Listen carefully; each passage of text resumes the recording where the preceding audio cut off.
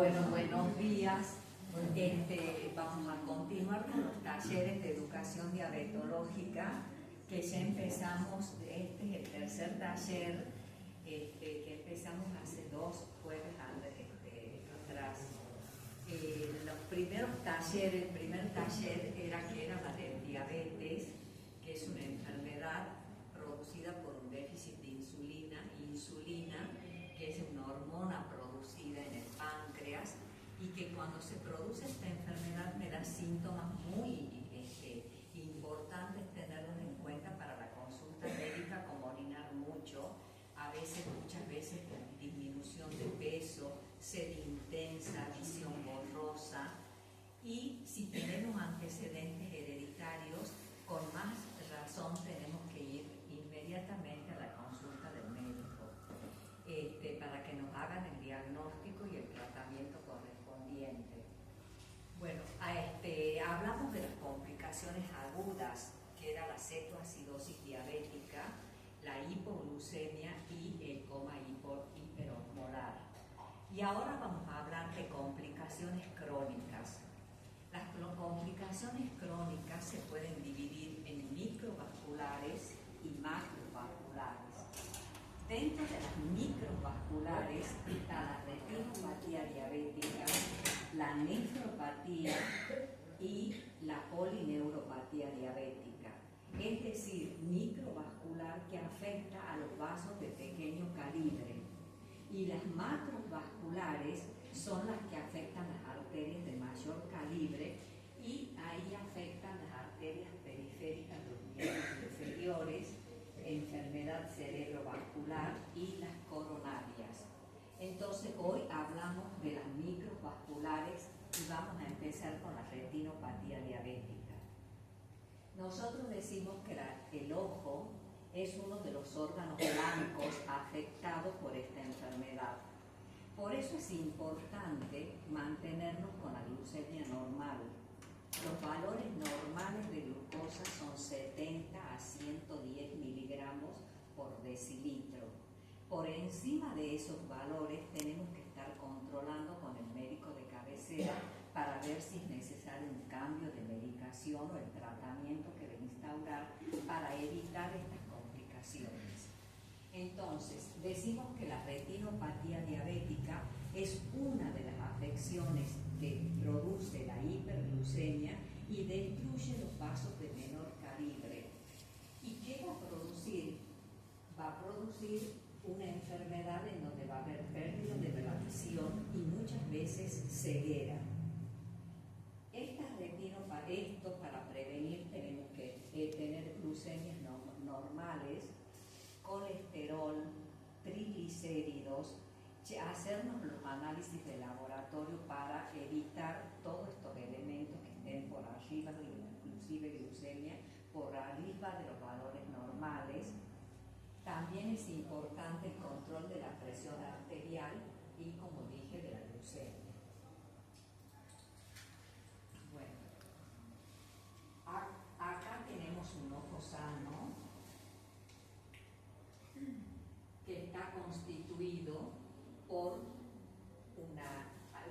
acá está la córnea, acá está el iris, acá hay una lente que se llama cristalino, y esta es la retina, que es una membrana que tiene células nerviosas que cuando entra la luz por la pupila al ojo, la retina con sus células nerviosas transmiten a través de la mácula que está acá, transmiten al nervio óptico y esto al cerebro la imagen de lo que nosotros vemos. Esto es un ojo sano. En el ojo enfermo vamos a ver qué es lo que va a pasar.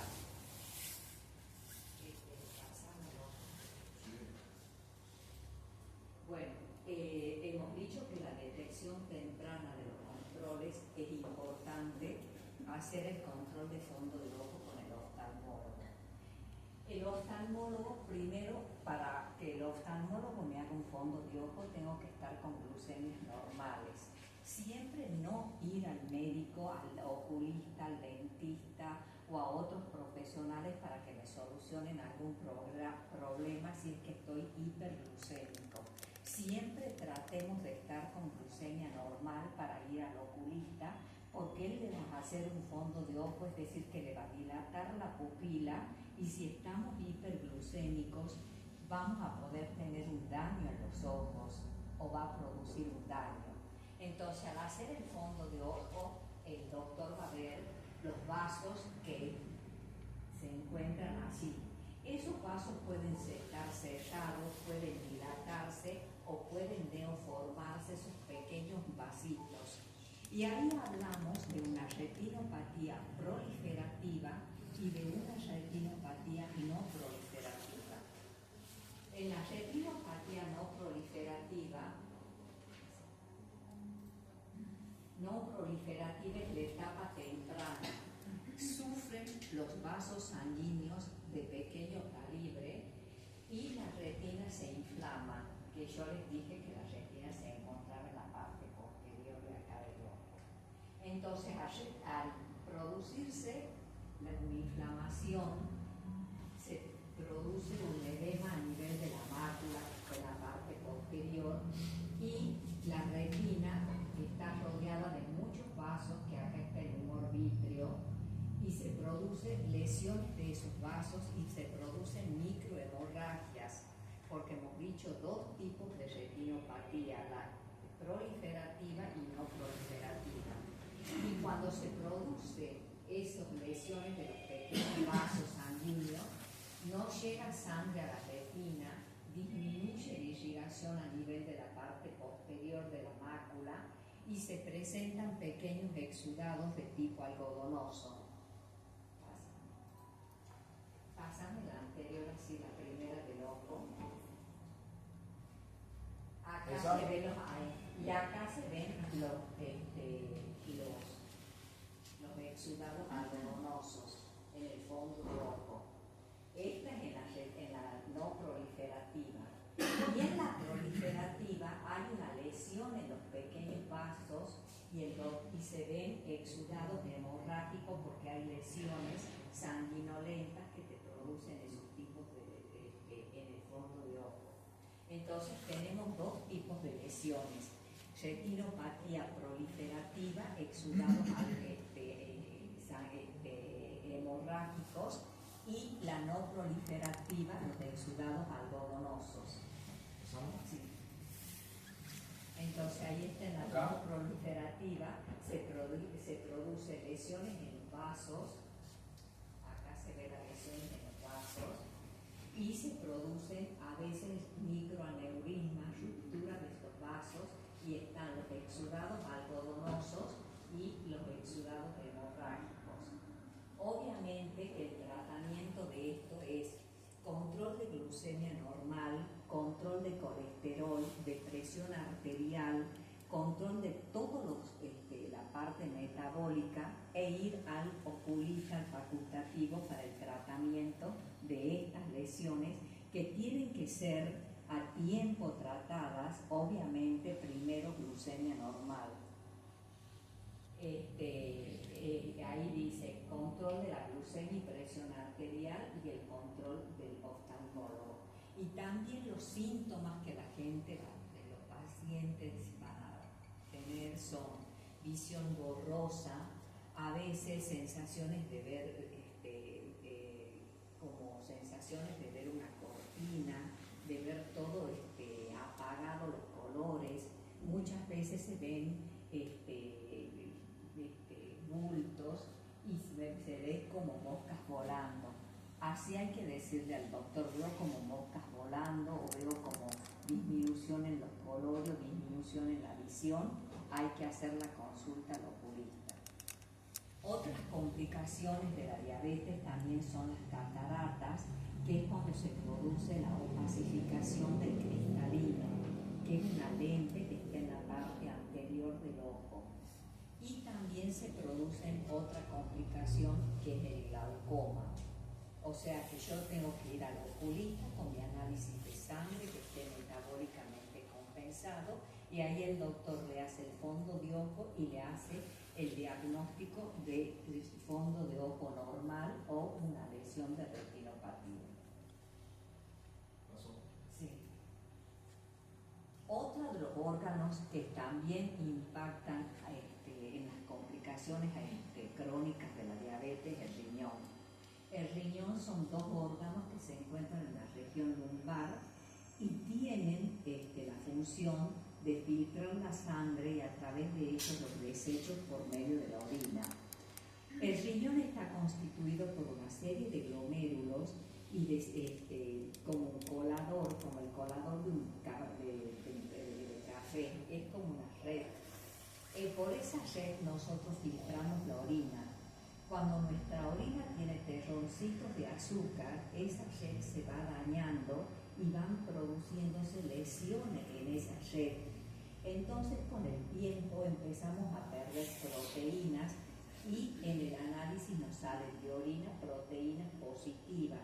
Quiere decir que ya empieza la lesión renal y tengo que ir a consultar a un especialista, porque las lesiones renales con el tiempo me pueden llevar a un trasplante renal o bien a diálisis. Y dentro de los síntomas son fatiga y debilidad general, hinchazón en pies, tobillos o en mano, cambios de la dicción en más o en menos, náuseas, vómitos, pérdida de apetito, picazón en la piel y dificultad para respirar. El diagnóstico se hace con el análisis de sangre y un análisis de orina, en donde se ve sí o sí la presencia de proteínas o de albúminas en la orina.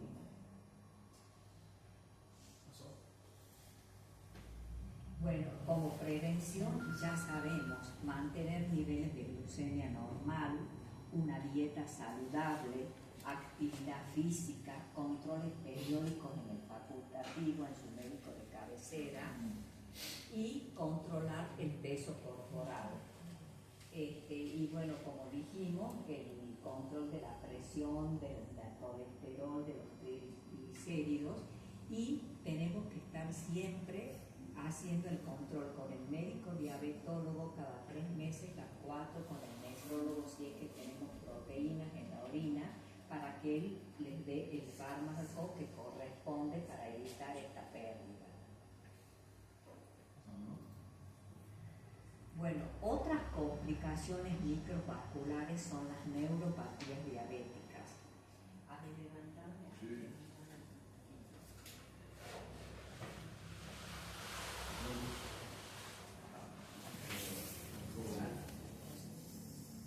¿Cómo lo pago para eso? Para que se... Y lo mismo se dice. Sí, lo mismo. Sí. Bueno. Normalmente el nervio es como un cable de luz, como esto. Este nervio está cubierto con un plástico. Entonces acá tenemos el cable de cobre del nervio que está recubierto por el plástico, que es la mielina. Este nervio es el encargado de transmitir el impulso nervioso.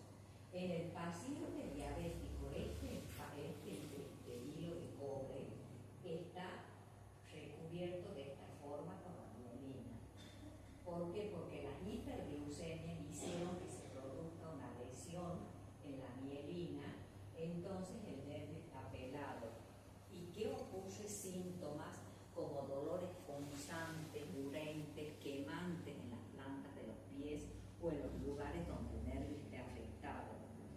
El tratamiento de esto es glucemias normales, analgésicos, complejos vitamínicos B1, B6, B12 y a veces la pregabalina que ya el médico le indica.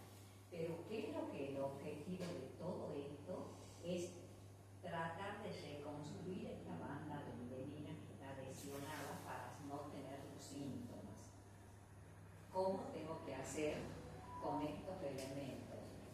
Normalizar la glucemia como el primer hecho para que se reconstruya esta vaina de mielina. Entonces, la neuropatía, tenemos los nervios motores, sensoriales y autónomos los que se dañan. Los síntomas son entumecimientos, hormigueos, dolores punzantes, quemantes, sensación de agujas y alfileres, ardor, debilidad muscular y pérdida de la sensibilidad. ¿Se puede reconstituir la mielina? La mielina con el tiempo, si yo estoy con glucemias normales, con complejos vitamínicos B1, B6, B12 que son antineuríticos, con una sustancia que se llama pregabalina que es para el dolor, y fundamentalmente con glucemia normal puedo solucionar todo esto. A veces se da pus en pacientes que tienen esta enfermedad y ya andan bien, y hay épocas del año en que el estrés, la glucemia normal, desencadena estos dolores que son muy intensos y sobre todo de noche, que son quemantes, urentes, como lacerantes. Y la neuropatía autonómica es cuando están lesionados, hay daño en los nervios de los órganos internos. Por ejemplo, en el cerebro,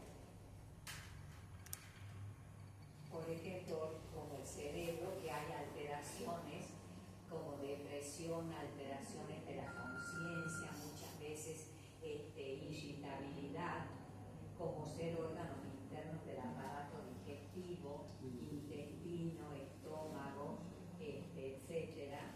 A nivel cardíaco puede hacer hipotensión ortostática, hipertensión o taquicardia, y también a nivel de la parte de genitourinaria, que son la incontinencia urinaria, alteraciones en el hombre en la parte sexual y muchas veces en la mujer también.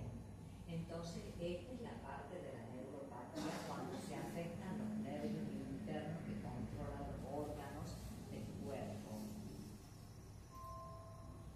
Puede existir también la mononeuropatía, que es cuando se afecta un nervio del miembro superior o de miembros inferiores. Por ejemplo, una neuropatía puede ser el túnel carpiano, que a nivel de la muñeca nosotros tenemos un túnel por donde pasa el nervio, la arteria y la vena. Generalmente los diabéticos mal controlados hay un ligamento redondo por donde ese puente pasa las arterias, los nervios y la vena. Muchas veces ese túnel se fibrosa, entonces comprime a los nervios de la mano y tenemos pérdida de fuerza, debilidad, a veces hormigueo o sensación quemante.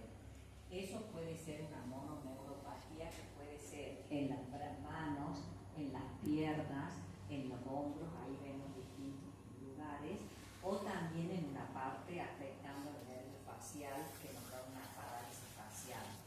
Entonces, factores de riesgo, ya dijimos, diabetes mal controlada, edad avanzada, mala alimentación, mal control metabólico, y hacer hábitos saludables como actividad física, control, siempre ir al médico ante síntomas como estos, porque haciéndoles estudios específicos se les hace el diagnóstico y el tratamiento. Entonces el diagnóstico se hace con las pruebas de sensibilidad, con las pruebas de reflejo, con las pruebas de estudios de conducción nerviosa, con el electromiograma, y a veces también se hacen biopsia del nervio en donde se ve el nervio que perdió la mielina, que es lo que lo recubre. ¿Siempre hay que ir al diabetólogo? Eso tienen que ir al neurólogo, porque él les va a hacer el estudio de la sensibilidad de los reflejos, de conducción nerviosa y el electromiograma. Y ahí se hace el diagnóstico.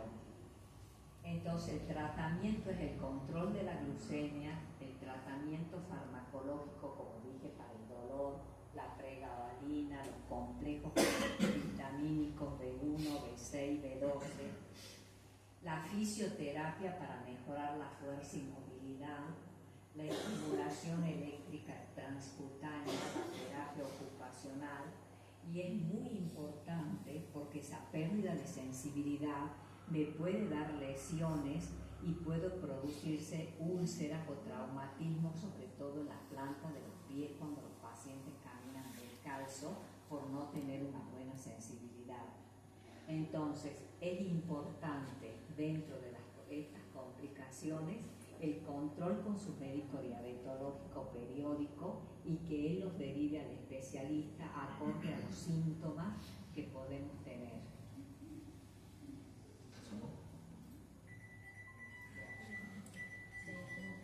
Sí, bueno, Y hoy, en esta parte del taller, vamos a hablar un poquito del tema de la alimentación. Vamos a tratar de que se vayan hoy a la casa con algunas herramientas, algunos elementos, para que puedan tener una autogestión de la alimentación en algún punto de la casa, ¿sí? Que es algo por ahí muy necesario. Y no solamente vamos a hablar del tema de la diabetes, porque hay algo que está muy relacionado a la diabetes, que es el sobrepeso, ¿sí? Entonces vamos a tratar de estas dos patologías van de la mano, vamos a tratar de enfocar las dos. La alimentación de la persona que tiene un diagnóstico de diabetes no es una alimentación específica que me tiene que estructurar la alimentación, que me encierra, que me encasilla, una lucha diaria. Tiene que ser una alimentación saludable, ¿sí? Podríamos describir la alimentación para una persona que tiene una diabetes, una alimentación saludable, que tenemos que tener todos en la casa, ¿sí? El niño, el adolescente, el adulto, ¿sí? No nos estructuremos en que tenemos que tener una alimentación muy específica que nos va a dificultar la vida, porque no es así, ¿sí? Tenemos que tratar de que todos en la casa tengamos un modelo de alimentación que sea óptimo para la persona que tiene diabetes como para la que no tiene, porque la alimentación esta es una alimentación saludable que tenemos que tener todos, ¿sí? Entonces esto que voy a decir, si hay alguien que no tiene diabetes acá, que no tiene un diagnóstico, también le va a servir, y le va a servir mucho, y sobre todo cuando hay niños en la casa, porque desde chiquito tenemos que empezar a trabajar en esto, ¿sí? En la casa. Vamos a tratar de abordar algunos temas, algunos elementos de cuando voy al súper, cómo planifico la compra para eso que voy a cocinar, ¿sí? Cómo planifico la elaboración de la comida, y algo que es muy común, una pregunta muy común en los pacientes es ¿cuánto puedo comer de eso? ¿Qué porción puedo comer de eso? ¿Sí? Eso es algo que preguntan mucho. Entonces vamos a hablar también de eso. No está todavía ahí. Ahí. Vamos a hablar de eso, a planificar las comidas, las compras, las preparaciones, las porciones, teniendo en cuenta, no sé si a ustedes les pasa que van al súper y tenemos dudas cuando vamos al súper. Me gustaría llevarme esto, pero me dijeron que no lo puedo comer. El médico, la nutricionista me dijo que yo esto no lo puedo comer. O lo vi en las redes sociales, en YouTube, en la tele, escuché que yo no, o me dijo la vecina que no puedo comer esto, que esto está prohibido para mi alimentación. Y empezamos con ese dilema entre lo que puedo comer, lo que no puedo comer, cómo lo preparo, ¿sí? Hoy hay mucha información asociada a diabetes y a sobrepeso en los medios de comunicación. Abramos lo que abramos, vamos a encontrar información acerca de esto que nos puede, más que informar, desinformar, ¿sí? Porque en los medios de comunicación, en el Instagram, en el Facebook, en YouTube, en la tele, se trata de emitir un mensaje, el emisor da un mensaje corto, que trata de captar la atención del receptor, un mensaje corto que por ahí resulta fuera de contexto, ¿sí?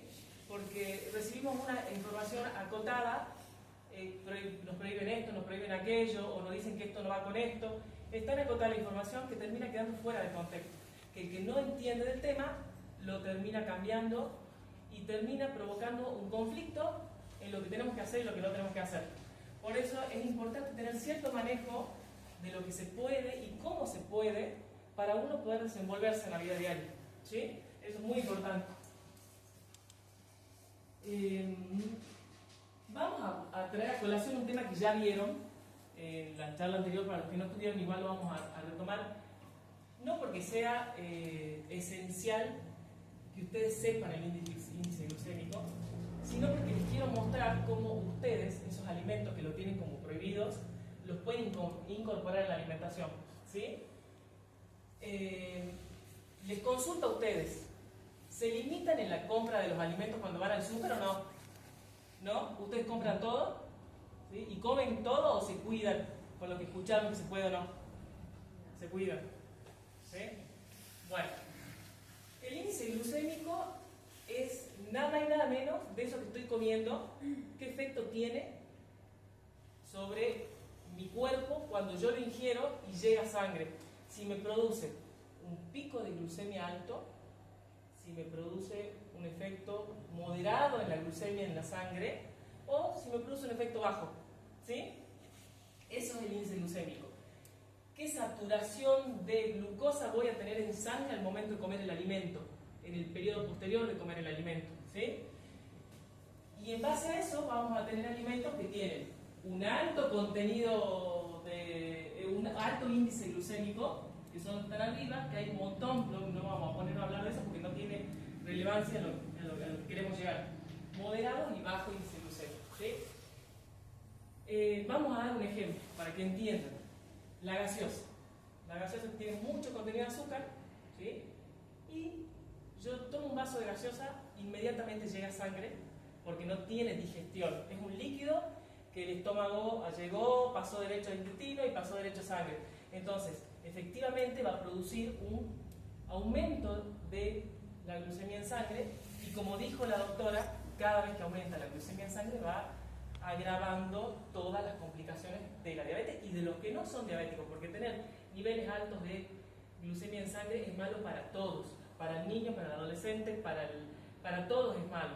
Tenemos que tratar de tener niveles adecuados de glucemia en sangre, ¿sí? Entonces el vaso de gaseosa llega rápido y me produce un aumento.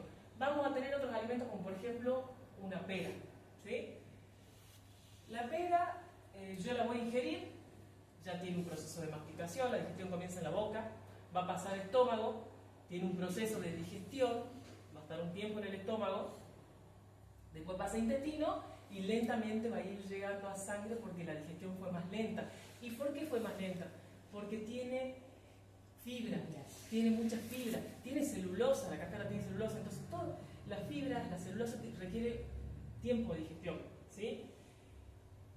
Que ya vamos a hablar, hoy no vamos a tratar mucho el tema de la preparación, de las técnicas dietéticas de elaboración, pero sí de cómo combinarlo y todo eso para que entiendan qué elementos son importantes en el índice glucémico, en la llegada, en ese pico de glucemia en sangre, ¿sí? Entonces la pera, las frutas en general, tienen un índice glucémico muchas moderado y otras un poco más bajo. Por ejemplo, la lechuga, la espinaca, que tiene mucha fibra, va a tener muy poco efecto, va a tener un índice glucémico bajo, ¿sí? Otro ejemplo, la avena. La avena, ¿no escucharon hablar mucho de la avena y el diabético? Sí. ¿Sí? Bueno, ¿es prohibida o no está prohibida? En realidad no hay nada prohibido, ¿sí? Tenemos que saber cómo consumirlo, que ya lo vamos a hablar. La avena, habitualmente se decía la bibliografía y lo dice, es un alimento saludable, tiene vitamina del complejo B, tiene magnesio, manganeso, tiene mucha fibra, pero ¿qué pasa? En la industria, cuando llega en esa cajita, en esa bolsa, tuvo un proceso en donde se le quitó justamente todo eso que va a retardar, que va a disminuir el índice glucémico, que es la fibra, ¿sí?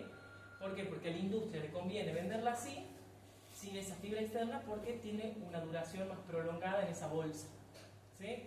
Entonces vamos a encontrar la avena instantánea, lista para el consumo, que básicamente es almidón, ¿sí? Que tiene nutrientes, eso no lo vamos a negar, ¿sí? Pero que a nivel del índice glucémico, de ese efecto que va a tener en la sangre, va a ser distinto, ¿sí?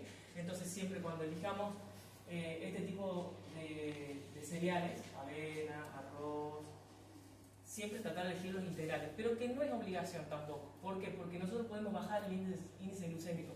Ya dijimos que la fibra ayuda a disminuir el índice glucémico de un alimento, ¿sí? Entonces eso nos da la idea de que en una comida, si nosotros aplicamos fibra, la fibra está en los vegetales, ¿sí? Y en todos los productos integrales. Si nosotros en una comida aplicamos fibra, vamos a ayudar a reducir el efecto en sangre de la glucemia, ¿sí? Entonces ya tenemos un elemento importante en ese índice glucémico. Entonces, ahí yo puse cereal, pero no me estoy refiriendo a los cereales, a las pastas y a todo aquello que pueda tener un índice glucémico alto, ¿sí? ¿Cómo lo podemos tratar de disminuir? Si nosotros aplicamos fibra, sabemos que tenemos un elemento que nos va a ayudar a bajar el índice glucémico de esa comida, ¿sí? Ahora, la proteína. También habrán escuchado de la proteína en la dieta de alguien que tiene diabetes, ¿o no? Y sobre todo de alguien que busca bajar de peso. ¿Por qué? Hoy se habla mucho de la proteína en todos lados, en todas las redes, en todos los medios se habla mucho de la proteína como el alimento maravilloso. Es maravilloso como todos los nutrientes, ¿sí? Es importante como todos los nutrientes, pero la dieta tiene que ser equilibrada, ¿sí? Tiene que ser variada. La proteína lo que nos va a brindar y nos va a ayudar a todos aquellos que quieren descender de peso es en la saciedad.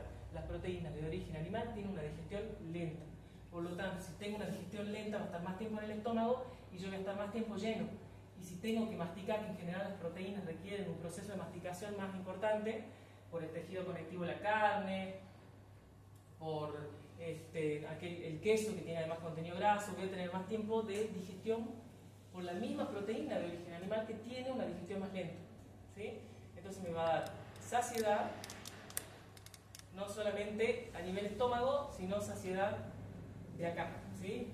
Y la saciedad es muy importante, no solamente me va a ayudar la proteína por su dificultad en la digestión a disminuir el índice glucémico de la comida, sino que también me va a ayudar a estar saciado. Y estar saciado hablamos de no tener ansiedad. Y no tener ansiedad es algo que me va a ayudar a pasar bien el día, ¿sí? Y a no tener necesidad constante de estar comiendo y sentirme bien, ¿sí? Es muy importante la saciedad en alguien que quiere bajar de peso y quiere estar saludable, ¿sí? Hoy una dieta, hoy no, siempre, una dieta para bajar de peso no tiene que ser restrictiva, ¿sí? Una dieta para bajar de peso tiene que tener un volumen adecuado y una baja densidad calórica, ¿sí? Y generarme saciedad. Y hablamos de bajar de peso, que es muy importante y está muy ligado a la diabetes. Entonces, ya nombramos que las fibras ayudan a bajar el índice glucémico, las proteínas que nos van a brindar mucha saciedad, que van a tener una digestión más lenta, y hablamos también, hay estudios también, ahí menciono los ácidos, por ejemplo el vinagre de manzana, los jugos de limón, los cítricos. Hay muchos estudios, hay evidencia de que acompañar las comidas con estos hace disminuir el índice glucémico de esa comida, ¿sí? Pero consumir cítricos así, por ejemplo, la naranja, pomelos, fuera de las comidas, ¿aumenta o...? Bueno, es una pregunta importante porque una vez en Instagram vi un video de una profesional que decía, fuera de contexto quedó el mensaje, que decía, no hay que tomar jugo de naranja, decía. Y yo digo, no hay que tomar jugo de naranja, es malo, decía, como que era un veneno. Y el jugo de naranja no es un veneno, no es malo, ¿sí? Esto depende cómo lo consumamos. Si yo me levanto a la mañana y me tomo un jugo de naranja y me voy a trabajar y tengo diabetes, ¿qué quiere decir tengo diabetes? Que tengo una menor capacidad de poder trabajar, que la célula no reciba bien por una mala recepción de la insulina, ese glucosa circulante y me produzca un mayor nivel de glucemia en sangre, un mayor nivel de insulina. Entonces si yo me tomo un jugo de naranja y tengo diabetes, voy a tener una dificultad en ese carbohidrato, porque las frutas están formadas por fructosa, sacarosa, glucosa, ¿sí? Son carbohidratos, ¿sí? Si bien tiene mucha fibra, si yo la tomo a forma de jugo, la fibra está quedando fuera, ¿sí? Me estoy tomando el otro, que es real, que tiene un contenido de carbohidratos. Pero ¿qué pasa? Si yo me lo tomo solo, sí, capaz que me produzca mis 4 naranjas en un jugo y tengo diabetes, sí, me va a aumentar un poquito la glucemia, ¿sí? No es veneno, porque si yo ese jugo de naranja me lo acompañé con un sanguchito de pan integral y queso, queso, proteínas, grasas, nutrientes de difícil digestión, ¿sí? Pan integral, mucha fibra. Entonces estoy haciendo una combinación de nutrientes que van a hacer que mi estómago tenga un trabajo digestivo importante, ¿sí? Que ya comience masticando, pasa al estómago, tenga un proceso de digestión lento, y ese jugo de naranja, de ser un veneno, como lo mencionamos solo, pasa a ser algo favorable, ¿sí? O sea que tomarlo solo no se puede. No es que no se puede, sino que va a tener, depende de la cantidad de naranjas que te prepares también, porque no es lo mismo que yo me hago un jugo de naranja con una naranja, le pongo un poquito de agua, un chorrito de edulcorante y me lo tome, a que yo me haga 5 naranjas exprimidas, un vaso así de jugo de naranja y me lo tome solo. Si tenemos presencia de diabetes, sí, no es recomendable, ¿sí? No es recomendable. Siempre acompañarlo con algo que me haga disminuir el índice glucémico, ¿sí? Yo el jugo de naranja ya le saqué la fibra, ¿me entendés? Ya quedó algo con un contenido más cargado de carbohidratos. Las frutas tienen glucosa, sacarosa y fructosa, la tenemos ahí. La glucosa es una molécula que hace aumentar... El pomelo, disculpa, ¿el pomelo tiene el mismo índice que la naranja o no? Capaz que la naranja tiene un poquito más de sacarosa que el pomelo, pero es muy parecido, ¿sí? Es muy parecido. Es verdad que las frutas menos dulces, ¿sí? O menos maduras tienen menor cantidad de sacarosa y de glucosa, es verdad eso, ¿sí? Pero por ahí no es algo en lo que nos tenemos que volver locos, sino más bien tratar de ver cómo podemos hacer para que no tenga un impacto a nivel sangre con esta ayuda, ¿sí? Sabemos que no me puedo comer 4 naranjas exprimidas en un momento porque voy a tener un efecto en sangre, ¿sí? Pero si yo me hago 2 naranjas en el desayuno y lo acompaño con algo que me ayude a bajar el índice glucémico, seguramente no va a pasar nada, ¿sí? Entonces, decía que los ácidos, hoy se está hablando mucho de que ayudan, al igual que el refrigerado, ¿sí? No sé si habrán escuchado eso. ¿A qué nos referimos? Los alimentos que tienen mucho almidón, como el arroz, la papa, la batata, ¿sí? Las pastas, cuando yo las preparo y las como en el momento, van a tener cierto efecto en el índice glucémico que va a ser diferente a cuando yo las preparo, las dejé luego en la heladera y las comí a la noche o al otro día. Ahí hay una retrogradación del almidón que lo hace como más resistente. Lo van a ver en la literatura como almidón resistente, que hace que el impacto que tenga la glucemia sea menor que cuando yo me lo como y cuando yo lo preparo y recién lo como, ¿sí? No vamos a decir que con esto podemos empezar a comer papas, batata, porque tiene almidón resistente y lo como a la noche y lo hice a la mañana y a full, no, sino que son pequeños elementos en los ácidos, en el refrigerado, que ayudan, ¿sí? Y lo que sí es muy importante, y yo no lo llamaría pequeño, sino un importante elemento, es la proteína y la fibra. De hecho, y esto para todos, no solamente para la diabetes, ¿sí? Esto lo tenemos que tener presente todos en el día a día, en nuestros hijos, en los adolescentes, en los adultos, en los ancianos, en todo. De hecho, este plato que ven acá es el plato que tenemos que tratar de llevar a nuestra mesa. No me estoy refiriendo a que tenemos que comer esto que está en el plato, ¿no? Sino a los porcentajes. Y a los porcentajes cuando elaboramos la comida. Tenemos que tratar que el 50% de nuestro plato sea verdura, ¿sí? Vegetales. Y los vegetales, siempre cuando se pueda, tratar de que estén crudos, porque al no cocinarlos, la fibra está intacta. El trabajo digestivo va a ser mayor, ¿sí? Es distinto a que yo me coma una zanahoria cruda o rallada, cruda, que es distinto que si yo me la coma rallada, que ya el trabajo digestivo ya está más o menos hecho, a que yo me la coma hecho un puré, ¿sí? El índice glucémico estamos hablando de 3 cosas distintas, ¿sí? Entonces, si yo lo como crudo y no hecho un puré, digamos, mejor todavía, ¿sí? Tengo que hacerlo al estómago que tengo un proceso de digestión y además brindarle saciedad a mi cabeza. Mientras más mastico, más saciedad tengo. Y no es lo mismo comenzar el día con un mate cocido y un pancito que comenzar el día con algo donde yo tuve que masticar y le tuve que exigir al estómago que dijera, ¿sí? y sé que voy a llegar al mediodía sin hambre, ¿sí? Entonces la saciedad es muy importante para comenzar el día y para terminar. Disculpa, ¿los cereales tienen que estar congelados? ¿Congelados o refrigerados? Refrigerado, no hace falta que sea congelado. El congelamiento también produce una retrodegradación del almidón, ¿sí? También, ¿sí? De hecho se habla mucho, también vas a leer por ahí, de que se recomienda que al pan lo congeles y después lo retires, ¿sí? Que también hay retrodegradación del almidón. Son pequeños elementos que van a ayudar, pero no es que vos siempre que te hagas una papa vas a tener que llevarla a comer la mañana, ¿entendés? Son pequeños elementos por ahí para tenerlos en cuenta y aplicarlos en una ensaladita o en esas cosas. Entonces la distribución del plato decíamos que tenemos que tratar que el 50% sean vegetales, mejor si son crudos, ¿sí? Para que haya más fibra y el índice glucémico baje. Cereales o legumbres. Las legumbres, no sé si sabrán ustedes, pero las legumbres tienen mucho contenido de fibra, ¿sí? Y son alimentos muy completos, ¿sí? Y que por ahí no los tenemos que sacar porque nos brindan mucha saciedad, ¿sí? Yo siempre recomiendo de que uno en la casa tiene que tener legumbres cocidas, guardarlas en un tupper bien limpio, sin contaminarlo con cuchara ni nada, para que nos dure varios días. Lo podemos tener 4 o 5 días en la heladera y no va a pasar nada. Y a la ensalada agregarle 2, 3, 4 cucharadas todos los días de legumbres. ¿Por qué? Porque eso me va a brindar saciedad y me va a hacer que la dieta sea más completa, ¿sí?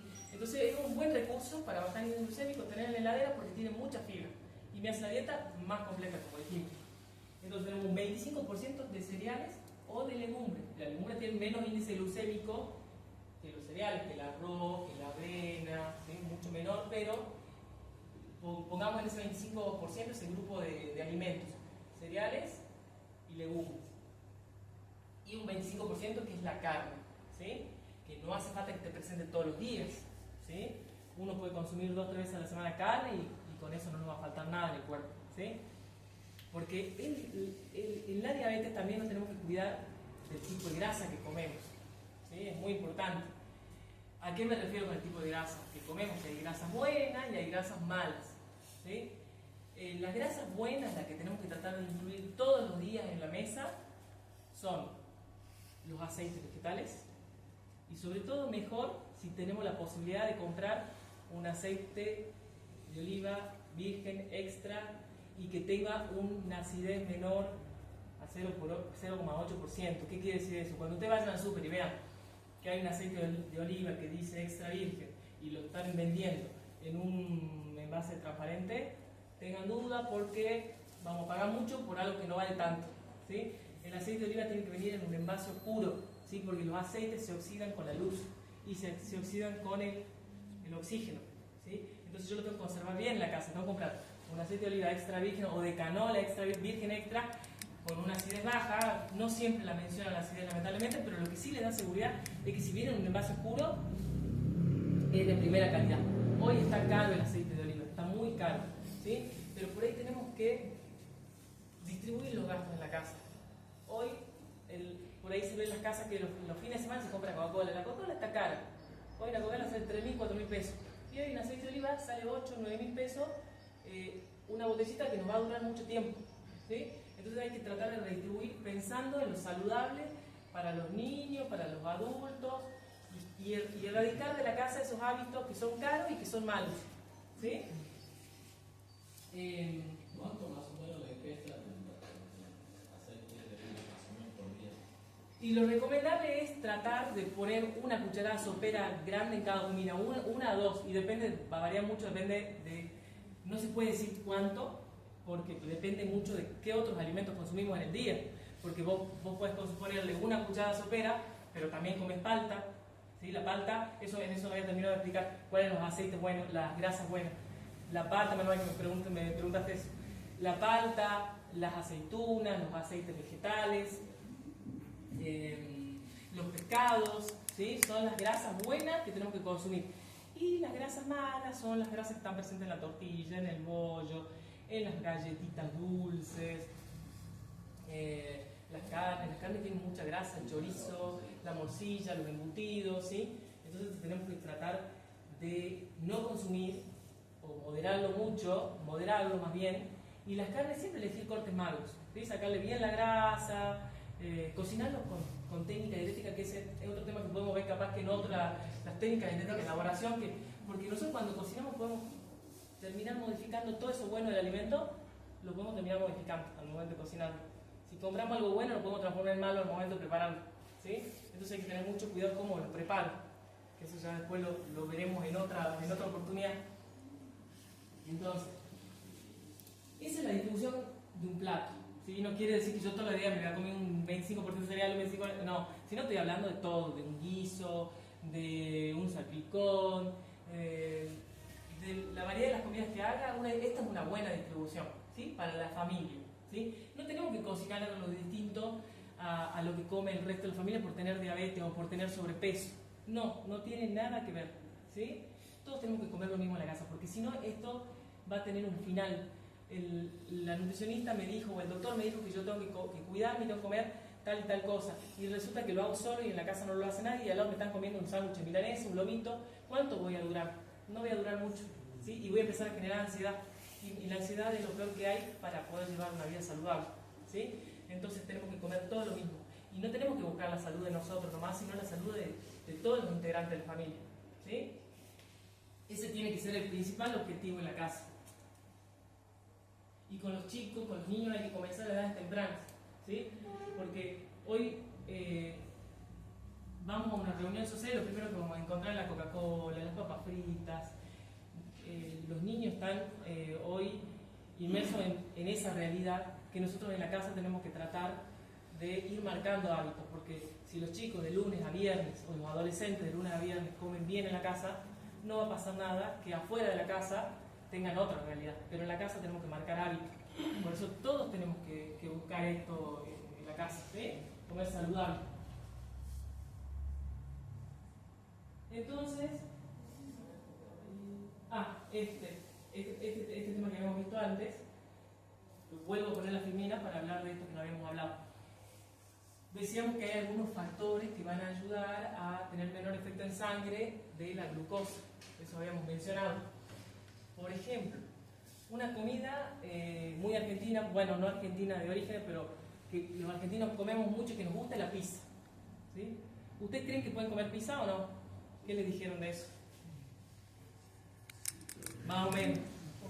O la comen, pero creen que no pueden comer, entonces la comen con gran conciencia, ¿sí? Bueno, la pizza en sí, podríamos decir que tiene un índice, si la comemos así como la vamos a comprar, tiene un índice glucémico, va a tener cierto impacto, y más si me como 6 porciones, ¿sí?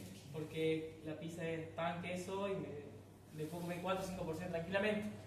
Pero si yo la pizza la transformo para bajarle el efecto a nivel sangre, voy a tener otra realidad, ¿sí? Y va a ser mucho más nutritiva, algo mucho más completo, y una variante en la dieta de la familia. Por ejemplo, acá en este lado vamos a ver una pizza. ¿Qué le podemos hacer? Si no somos elaborar la masa, no importa, podemos comprarla. Hoy en muchas panaderías venden la masa integral, ¿sí? Y no estoy queriendo decir que siempre todo lo que coman tiene que ser integral, ¿no? Porque hay personas que con la idea de lo que le dijeron se pasa el año redondo comiendo pan de salvado, ¿sí? Y no sale del pan de salvado. En realidad uno puede variar, ¿sí? Uno no tiene que ser tan rígido, uno le tiene que buscar la vuelta a la dieta, ¿sí? Para todos, no solamente para alguien que tiene diabetes. El pan de salvado es verdad que tiene celulosa y que va a tener menor impacto a nivel sangre. Pero si yo a ese pan blanco, ¿sí?, lo acompañé de un café con leche y lo acompañé de una rodaja de queso o lo acompañé con un omelette pequeño, ya el índice glucémico es distinto, ¿sí? Y me voy a permitir comerme 2 rodajitas de pan blanco, ¿sí? Y bueno, y con la pizza pasaría algo parecido. Yo puedo consumir pizza, pero si puedo hago una masa integral, y si no, bueno, compré la común en la panadería porque no tuve tiempo de prepararla. Le puedo poner una base de cebolla, ¿sí? La rehogo, no en aceite, sino así nomás, sin nada, un ratito a fuego para ablandarlo un poco. ¿Qué? En su propio jugo, que no hay que usar aceite para rehogar nada, ¿sí? Porque ahí ya estamos deteriorando la preparación. O a veces en el fondito de agua. Sí, y que en realidad no hace falta, porque si vos los vegetales largan, ¿viste? Mucho jugo. Entonces, si vos lo dejás ahí un ratito a fuego lento, va a largar el jugo y no se va a pegar. Entonces, la cebollita un poquito arriba, le podemos poner berenjenas en juliana, ¿sí? La pelamos la berenjena, o no la pelamos, como les guste, la cortamos juliana y no hace falta ni siquiera llevarla a cocinar al fuego. En el microondas, la pongo en un platito hondo, la tapo con otro plato, la cocino unos 8 o 10 minutos, la berenjena en juliana, en un bastoncito, la pongo arriba, la cebolla en la pizza, le puedo poner zanahoria en bastón, todo lo que le guste, la preferencia es individual, ¿sí? Yo la hago con berenjena y cebolla, pero le puedo poner lo que quieran. Arriba le ponemos suficiente queso, ahí ya vamos bajando más, índice glucémico, ya pasamos por la fibra, seguimos con la proteína. Y antes del queso podemos bajarle mucho más todavía a esa pizza y hacerlo mucho más nutritivo para los niños, si hay niños en la casa, y es hervir huevos, hacerlo al huevo duro pisadito con tenedor, lo condimento con un poquito de sal, si es que no soy hipertenso, le pongo arriba a las verduras y arriba el queso, y si quiero, hasta termino con aceituna. Entonces yo tengo una pizza que, de ser así, como la pizza que compramos en todos lados, terminó siendo así, llenadora, rendidora, económica y apta para los niños, para los adolescentes, para los adultos. Y que es rica, ¿sí? Entonces todas las preparaciones hay que buscarle la vuelta. No hay nada que nos puedan comer, ¿sí? Una hamburguesa un viernes a la noche. ¿Por qué no una hamburguesa? Se puede, la tratemos de hacer apta para nosotros, ¿sí? El pan finito o un pan integral, ¿sí? Le pongo el huevo, le pongo la carne, le pongo la lechuguita, ¿sí? Y cuando termino de comer mi hamburguesa, que la acompañé con soda, con agua o con algún cítrico diluido en agua, me puedo comer una fruta de postre. Entonces ya tengo fibra. Esa comida va a estar mucho tiempo en el estómago, va a ir pasando muy lentamente sangre, ¿sí? Entonces ya tenemos otro. Entonces ahí nos vamos dando cuenta que no es que las pastas habitualmente solemos comerla con manteca, con salsas y nada más, ¿sí? No sé cómo las comen a las pastas ustedes, ¿sí? ¿Así? Porque generalmente lo usamos para salir a puro, ¿o no? Entonces hacemos una pasta, es rendidora, le damos a comer a todo y listo. Pero la pasta le tenemos que bajar el índice glucémico, ¿sí? Tenemos que hacer que no tenga tanto impacto en sangre. El carbohidrato que tiene, porque la pasta tiene un alto nivel de carbohidrato, ¿sí? Entonces, ¿cómo lo podemos hacer? Podemos agregar a la pasta, siempre considerando los porcentajes. Nosotros habíamos dicho que el plato ideal era 50% de verduras, 25% de carne, ¿sí? Y 25% cereales. Bueno, tratemos de hacer un buen porcentaje de carne en ese plato de pastas, ¿sí? Una salsita de tomate natural y un manojo de pastas, ¿sí? Entonces ya hay, y me tengo que comer una fruta de postre, ¿sí? No solamente importa la cantidad, porque uno le puede decir a un paciente, sí, te podés comer 2 millones en todo el día de pan. ¿Y qué hace? Se levanta a la mañana y se come en ese momento los 2 millones con el café, con el mate cocido. Y va a aumentar la glucemia, ¿sí? Porque son 2 millones que no tuvieron ningún componente que haga bajar, no tuvo fibra, no tuvo grasa, no tuvo proteína y va a aumentar la glucemia. Son 2 millones de pan blanco, va a aumentar la glucemia. Entonces es importante no solamente bajar con estos elementos que habíamos mencionado ahí arriba, el índice glucémico, sino también distribuirlos a lo largo del día, los carbohidratos.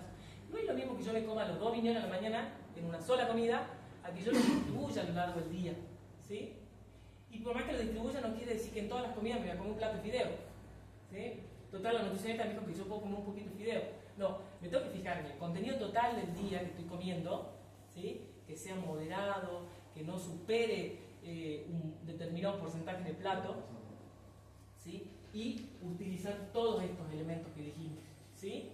Se recomienda cuando hay presencia de diabetes o no, deseo bajar de peso, entonces voy a buscar saciedad y demás, que las pastas no estén presentes más de 2-3 veces por semana, en un porcentaje pequeño, ¿sí? Preferentemente 2 veces por semana, ¿sí?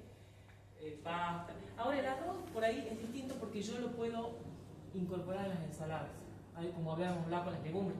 Yo puedo poner 2-3 cucharadas en la ensalada de arroz y le cambio el sabor a la ensalada, le doy otro toque distinto, ¿sí? Pero las pastas, los fideos en general, bueno, también se puede poner una ensalada, ¿por qué no mostachol poner una ensalada? Se puede, ¿sí? Pero uno generalmente la pasta la come en un plato, ¿sí? Y eso por ahí puede tener un efecto mayor en la carga de carbohidratos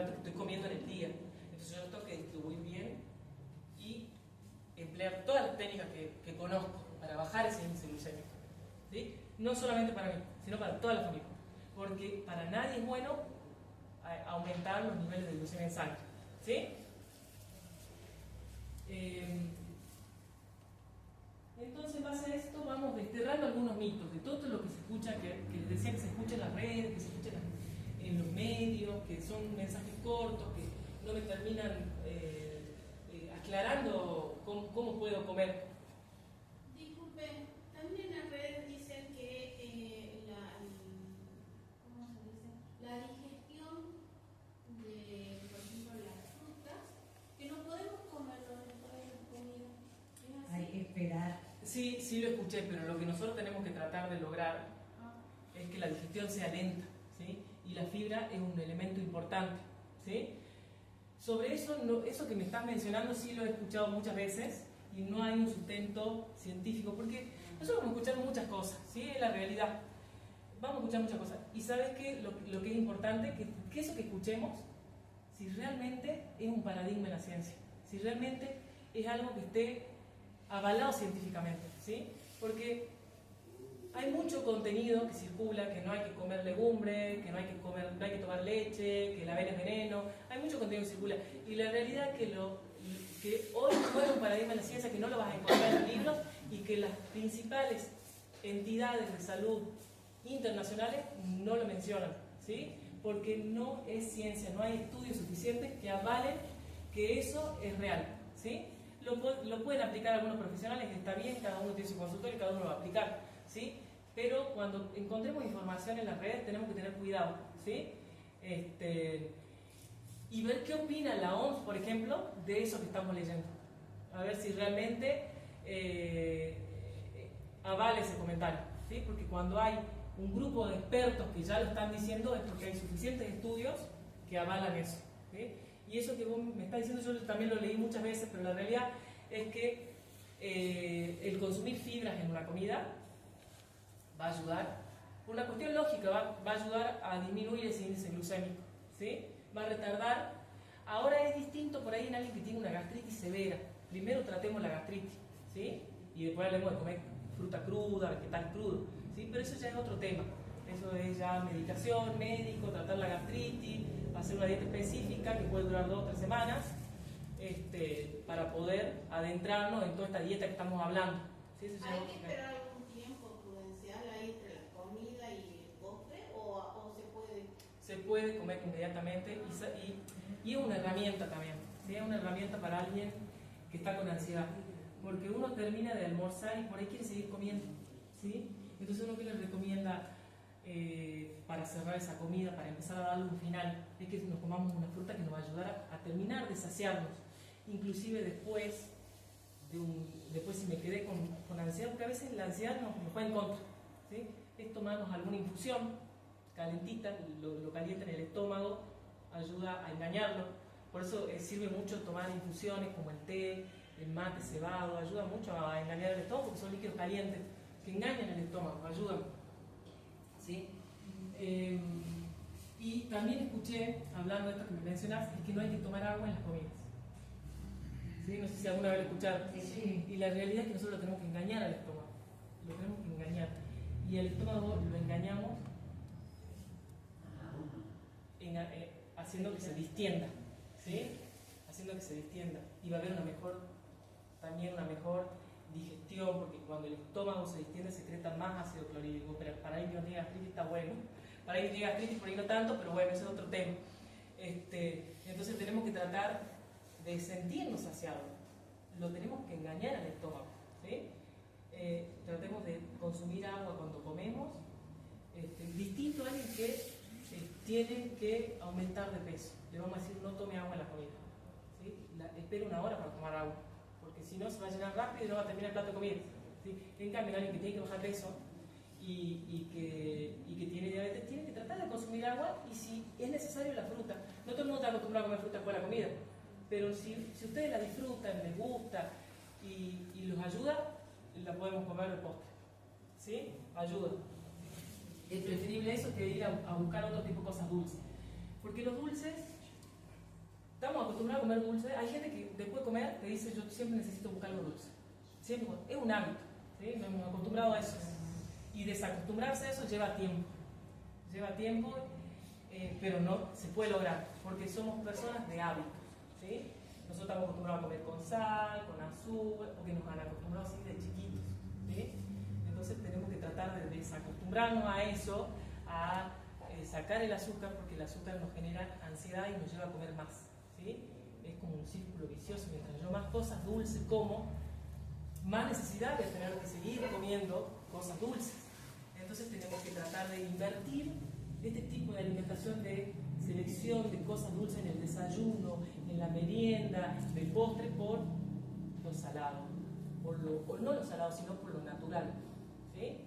Por lo natural, por las frutas, por los vegetales, por el queso, por los lácteos, ¿sí? Tenemos que tratar de acostumbrarnos a lo natural, ¿sí? Se puede, ¿sí? Al cabo de unos meses la gente lo logra, ¿sí? Pero tenemos que empezar por no comprar cosas que son una tentación en la casa. Si yo tengo un paquete de Oreo en la alacena, en algún momento voy a ir a agarrar una, porque mi cabeza sabe que hay galletita dulce o que hay helado en el freezer y en algún momento lo voy a agarrar. Pero si no lo tengo y tengo que recurrir a otros alimentos, al cabo de un tiempo me voy a ir acostumbrando a comer saludable. Y lo que es muy importante, a ver acá, pasemos, las legumbres y los cereales, que es lo que hablamos, los productos integrales, que es lo que yo les decía, ayuda a bajar el índice glucémico, pero no tengo que pasarme toda mi vida comiendo pan integral para tener, puedo variar, ¿sí? Si yo sé manejar la estrategia, puedo variar, ¿sí? Comidas prohibidas, ¿les parece que hay comidas prohibidas entonces? No porque las podemos modificar, ¿sí? Las podemos modificar, entonces yo me puedo dar el gusto de un domingo compartir con mi familia un plato de pasta, pero yo me voy a servir un manojo de fideos y me voy a servir una buena porción de carne, ¿sí? Y me voy a comer una fruta de postre, ¿sí? Y el fideo con la salsa, por ejemplo, de pollo y de carne, ahí estaría... Baja el índice de glucemia por la carne. La carne tiene un tejido conectivo de difícil digestión, ¿sí? Y es verdad que si ya le agrego crema de leche y todo eso, le voy a bajar más. Pero bueno, nosotros tenemos que bajar peso, ¿sí? Todos tenemos que mantener un peso adecuado. Si yo ya le agrego crema de leche, queso rallado, sí, va a bajar el índice glucémico, eso es verdad. Pero ¿y qué pasa con el peso? Si yo aumento el peso, va a subir el índice glucémico indirectamente también. Entonces, busquemos cocinar con baja densidad calórica y a la vez también bajar el índice glucémico, ¿sí? Entonces la crema de leche, si la recomiendo o no la recomiendo, no. Preferible usar un aceite de oliva más saludable, me completa mejor la dieta, ¿sí? El queso rallado tiene mucho sodio, tiene muchas grasas, ¿sí? Entonces por ahí, bueno, un domingo nos vamos a un gustito capaz, si no tenemos hipertensión y demás, pero tenemos que ser moderados en esas cosas. La bebida alcohólica, también, no sé si han escuchado alguna vez, que también tienden a bajar el índice glucémico. ¿Escucharon eso o no? Y es real, hay muchos estudios que hablan de esto, pero lo que no nos tenemos que olvidar de las bebidas alcohólicas, si bien podemos acompañar con un vasito de vino, la comida, que tiene mucha caloría. Y una caloría que no aporta nutrientes, ¿sí? Entonces, no la vamos a preferir, ¿sí? Y tienden a aumentar los triglicéridos y demás. Entonces, vamos a tratar de ser muy moderados y además hay muchas bebidas alcohólicas que no sé si es la preferencia de ustedes, pero que están fermentadas y tienen un mayor contenido de carbohidratos, ¿sí? Por ejemplo la sidra, ¿sí? Tienen mayor contenido de carbohidratos y además muchas bebidas alcohólicas las preparamos, nos preparamos cócteles o bueno, alguna gente que se prepara tragos, ya estamos hablando de agregar azúcar, de agregar el cítrico, esos jugos que se agregan, entonces hay que tener cuidado qué bebida alcohólica estamos tomando, ¿sí? Eso también puede ser contraproducente. O sea que sí se puede tomar un vaso de vino con la comida. Sí, no va a pasar nada malo, pero sí tenés que tener en cuenta en el aporte calórico, ¿sí? Un vaso de vino tiene calorías, no es agua, no es soda, ¿sí? Entonces vos ya a tu plato de comida le estás sumando calorías extras. ¿Te conviene o no? Porque saciedad no te va a dar. No te va a dar saciedad. Entonces, ¿por qué no reemplazamos ese vaso de vino en la semana y lo dejamos para el fin de semana? Y en la semana me voy a comer una fruta, algo que me dé saciedad, ¿sí?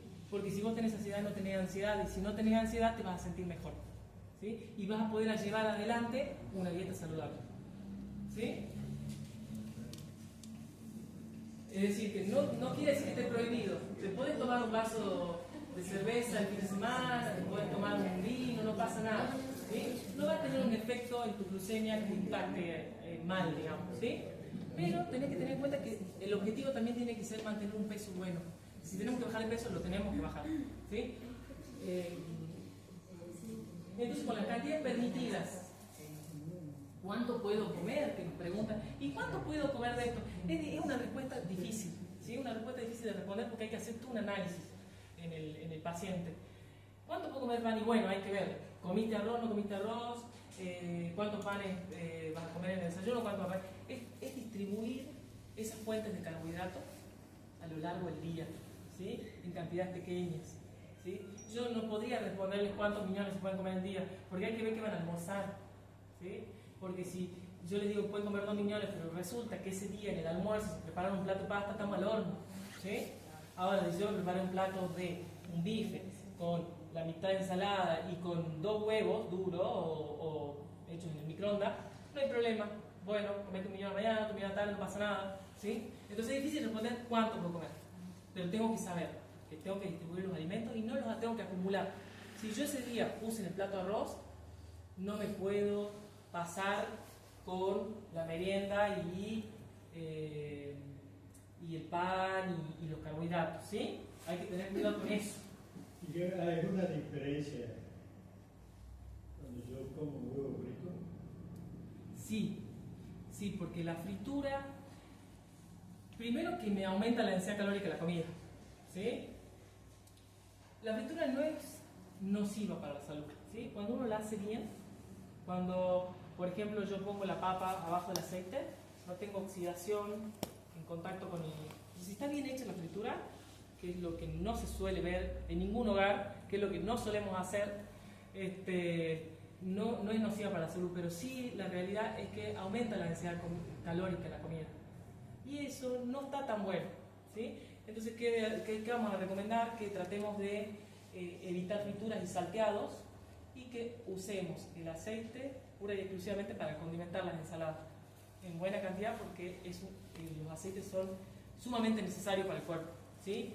También hay mitos de que no hay que comer grasas y no hay que comer aceites. Hay gente que no lo usa. Es un daño tremendo para el cuerpo no usar aceites, ¿sí? No comer una palta, no comer... si bien las grasas buenas son caras, es verdad, pero tenemos que priorizar los gastos en la casa, ¿sí? Dejemos de comprar esas galletitas dulces, dejemos de comprar esa Coca-Cola para empezar a comprar esto que el cuerpo lo necesita, que es parte de la estructura del cuerpo y que no lo puede fabricar, necesita que lo incorporemos, ¿sí? La manteca es mala por donde la mires, ¿sí? Además de tener mucha densidad calórica. Entonces sí, realmente es un gasto innecesario en la casa, ¿sí? Que lo puedes reemplazar, lo puedes fácilmente reemplazar. ¿Para qué la usas, por ejemplo, la manteca? ¿Para el pan? Para el manteca la sartén un poco. Bueno, eso es peor todavía porque la manteca no resiste temperaturas altas y se satura más de lo que ya es. Se satura y lo que estás comiendo, que quizás era bueno, lo transformaste, lo arruinaste. Yo entendía que la margarina es... La margarina también, ¿sí? Y son caras para colmo. ¿Cómo cocinamos un guiso si no tenemos que...? Bueno, es fácil porque vos al guiso vas a poner... Yo, por ejemplo, al guiso, vamos a poner el guiso de lenteja, de ejemplo, ¿sí? Que el guiso de lenteja no da mucha saciedad, ¿sí? Porque tiene mucha fibra y para cómo le agregamos carne y demás. Entonces, el guiso de lenteja vamos a poner el remojo de las legumbres porque es muy importante para una mejor digestión. Dejarlas 12 o 24 horas en remojo e ir cambiando el agua, ¿sí? Vamos a poner la olla, vamos a poner agua a hervir en la pava eléctrica o la ponemos en la olla a hervir. Una vez que está hervida el agua, agregamos antes la lenteja con el agua hervida o a hervir. Y antes de agregar la lenteja, vamos a poner mucha verdura. ¿Y qué verdura se puede usar en un guiso? Yo, por ejemplo, en la casa, el corianito de este tamaño, ese corianito el que es anaranjado, lo pongo prácticamente entero. Lo corto un cuadradito y lo pongo junto con la cebollita picada. O el zapallo ese que se usa para el kabuki, ese zapallo negrito, entero, ¿sí? ¿Por qué? Porque eso es lo que me va a ayudar a no usar los caldos, porque me va a conferir mucho sabor en la preparación. y no voy a tener que poner mucha sal, o no voy a poner sal, ¿sí? Y no voy a tener que usar un caldo que es algo concentradísimo en sodio que no es recomendable para nadie, ¿sí? Entonces voy a usar la verdura como el elemento que me va a conferir sabor a la preparación, ¿sí? Y para completar nutricionalmente la preparación, y después pongo la legumbre, mucha verdura, zapallo, cebolla, si le quiero agregar algo más le puedo agregar tranquilamente, depende del gusto de cada uno, mientras más verdura agregue mejor. En lo que esté hirviendo.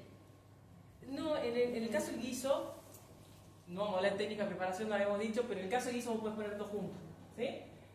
Pones, a solo que sea un guiso de fideo, que el fideo se cocina muy rápido, tenés que poner las verduras antes, ¿viste? Porque si no el fideo va a salir desarmado. No, yo le pregunto, ¿sabes por qué? Porque yo hago un salteado antes. No hace falta, ya te explico por qué. Vos lo haces porque habitualmente pensás que se te va a pegar. Claro. No se te va a pegar. ¿Por qué? Porque vos estás trabajando sobre algo líquido. Vos pones la verdura y el agua, todo junto. La verdura y el agua, Como hervido, por eso le pregunto hervido. todo junto. Vos pones el agua primero en la fuente y las verduras, ¿sí? Después pones las legumbres y la carne conjuntamente, todo conjunto. Porque en la lenteja tiene una cocción más lenta, entonces puedes poner todo junto, ¿sí? No se te va a pegar porque tiene un contenido líquido importante. Lo vas mezclando cada rato y si no se pega. Si no tenés que rehogar la cebolla ni nada, no es necesario, no es necesario. En lo más mínimo y el sabor es exactamente el mismo. Pero vas a hacerlo en la casa, hacer un guiso de lentejas sin tener que saltear nada y preguntarle después si alguien se dio cuenta de alguna diferencia, nadie se va a dar cuenta. ¿Sí? No es necesario, no te cambia el sabor de la preparación. Esos caldos que vienen así, ya, cajita, eso. Es lo mismo, viene distintas formas de presentación, pero es lo mismo, digamos. Y podemos evitarlo cuando usamos mucho vegetal, porque los vegetales son los que nos dan sabor en la comida, ¿sí? Son los que nos van a conferir sabor. Y con respecto al guiso de lenteja que decíamos de poner las legumbres, las verduras, sin saltearlas, poner la carne, cuando lo voy a servir, si le quiero mejorar todavía la calidad nutricional, si tenemos niños en la casa o adolescentes, y quiero disminuir más aún todavía el índice glucémico, les puedo poner un huevito arriba cuando lo estoy cocinando a cada porción, o bien lo hago en el microondas, ¿sí? Lo pego y lo pongo. Entonces queda algo sumamente proteico, nutritivo para los niños, para los adolescentes, para todos en la casa, y con un índice glucémico bajo, ¿sí? Y si no estoy diciendo que no tenga carbohidratos, sino que tiene un carbohidrato que va a tener una llegada muy lenta a sangre, ¿sí? Que no va a tener un impacto importante, ¿sí? Entonces ya me comí el guiso en la mañana, a la noche ya me como algo que no tenga tanto carbohidrato. A la noche me puedo comer, porque como dijimos, si yo me comía algo de este tipo al mediodía, a la noche ya no. A la noche me haré un omelette con una ensaladita, algo distinto, algo que sea con menos contenido de carbohidrato, ¿sí? Y los desayunos y las meriendas. Se está haciendo largo, creo, ¿no? Los desayunos y las meriendas. Los desayunos y las meriendas. ¿Qué suelen desayunar en la casa?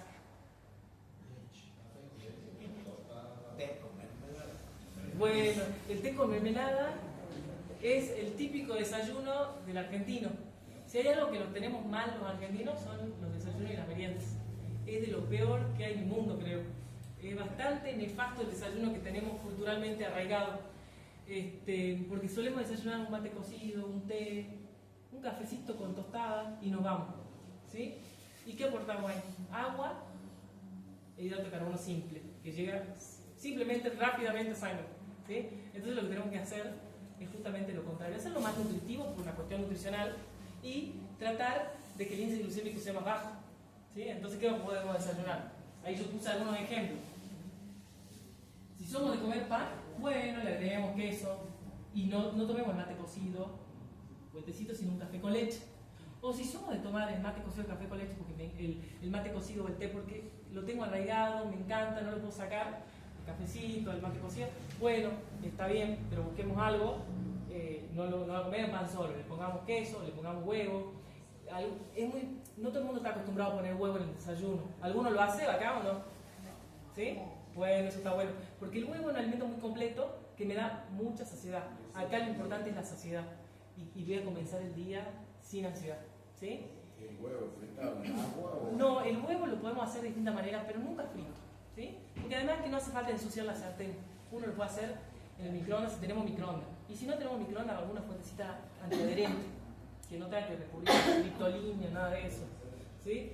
¿Qué de que ocuparse del microondas produce cáncer? No, eso es mentira, es otro mito. ¿Sí? El microondas es un elemento muy viejo, no sé en qué año se creó, pero muy viejo, y no hay ningún estudio que avale ese contenido. ¿Sí? No hay ningún estudio que avale eso. Ese es un mito. ¿Sí? El microondas tiene otro mecanismo de cocción por convección. Son rayos ultravioletas. No. El microondas cocina el alimento, a diferencia del horno convencional, de adentro para afuera, ¿sí? De una manera distinta. ¿Sí?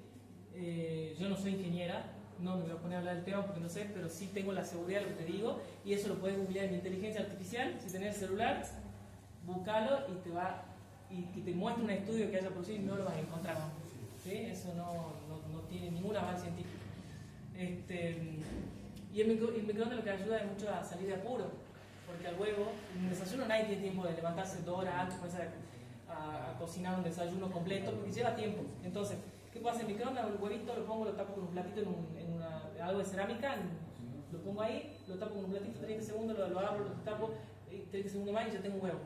Lo despego con la cuchara. Igual que frito. Igual. ¿Sí? Y lo puedo acompañar de palta, con pancito, sin pancito. Acá, por ejemplo, tenemos los ejemplos de café con leche, con la tostadita con queso. Acá tenemos fruta, yogur, que es proteína. Acá tenemos fibra. Y acá tenemos el cereal. ¿Sí? Cualquier tipo de cereal. Y ojo con los cereales porque la granola, que tiene muy buena fama desde el punto de vista nutricional, que todo el mundo piensa que tiene que comprar granola, hay que tener cuidado porque se tienen que acostumbrar a leer las etiquetas. ¿Sí? Inclusive cuando van a comprar yogur. ¿Sí? Muchos dicen, no, yo estoy tomando yogur descremado, todo ok. Y resulta que están comprando el yogur descremado de verdad, pero están comprando el yogur descremado que tiene azúcar. Ejemplo, el Momi. El Momi es un yogur descremado que tiene azúcar. ¿Sí? Entonces se tienen que acostumbrar a leer la etiqueta. Ojo con eso, es un arma de doble filo. No porque sea descremado, no tiene azúcar, hay que leer. No porque diga light que sí está reducido en, ¿sí? Es porque no tiene azúcar. Y no porque diga dietético, yo lo puedo consumir, porque la palabra dietético se refiere a que se ha modificado un componente en ese alimento para una determinada situación, para una celiaquía, para una diabetes, para una hipertensión. Hay muchos tipos de alimentos dietéticos, pero no por eso. Yo tengo que leer simplemente la etiqueta, que no me la menciona el azúcar.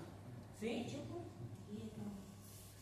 El yogur griego, la diferencia que tiene con el yogur tradicional es que tiene un poquito más de proteínas, porque en el proceso se lo filtró y quedó la proteína como mayor componente. ¿Sí? Es bueno. Es bueno, nadie lo va a negar, pero tiene un proceso de elaboración arduo. Yo siempre digo, cuando algo lleva mucho trabajo, lo vas a hacer un mes porque es moda y después lo va a terminar abandonando. ¿Sí? El yogur entero, que parece crema. El yogur compacto. Claro. El compacto, pero siempre descremado y sin azúcar. Todas las marcas, eso todas las marcas, pero siempre leyendo la etiqueta que no menciona el azúcar. ¿Sí? Después que tenemos acá también tenemos frutas, yogur, granola. La granola no tiene que tener azúcar. ¿Sí? El huevo. Acá abajo, ya no me acuerdo que había, algo de puré, no me acuerdo. Acá tenemos el omelette. ¿Sí? El omelette lo podemos hacer rápido. Así como les dije, el microondas que estábamos hablando recién. En un cosito de vidrio batimos 2 o 3 huevos, lo ponemos en algún bolsillito para el microondas, de cerámica, de Pyrex, de vidrio, lo que tengamos, lo tapamos.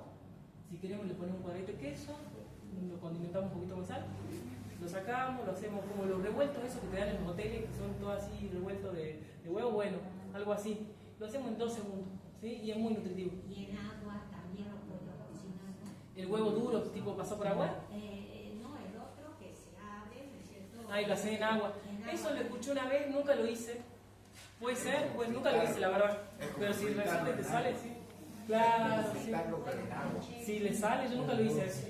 Puede Y ser. la banana, Y la banana es una fruta que tiene bastante almidón, ¿sí?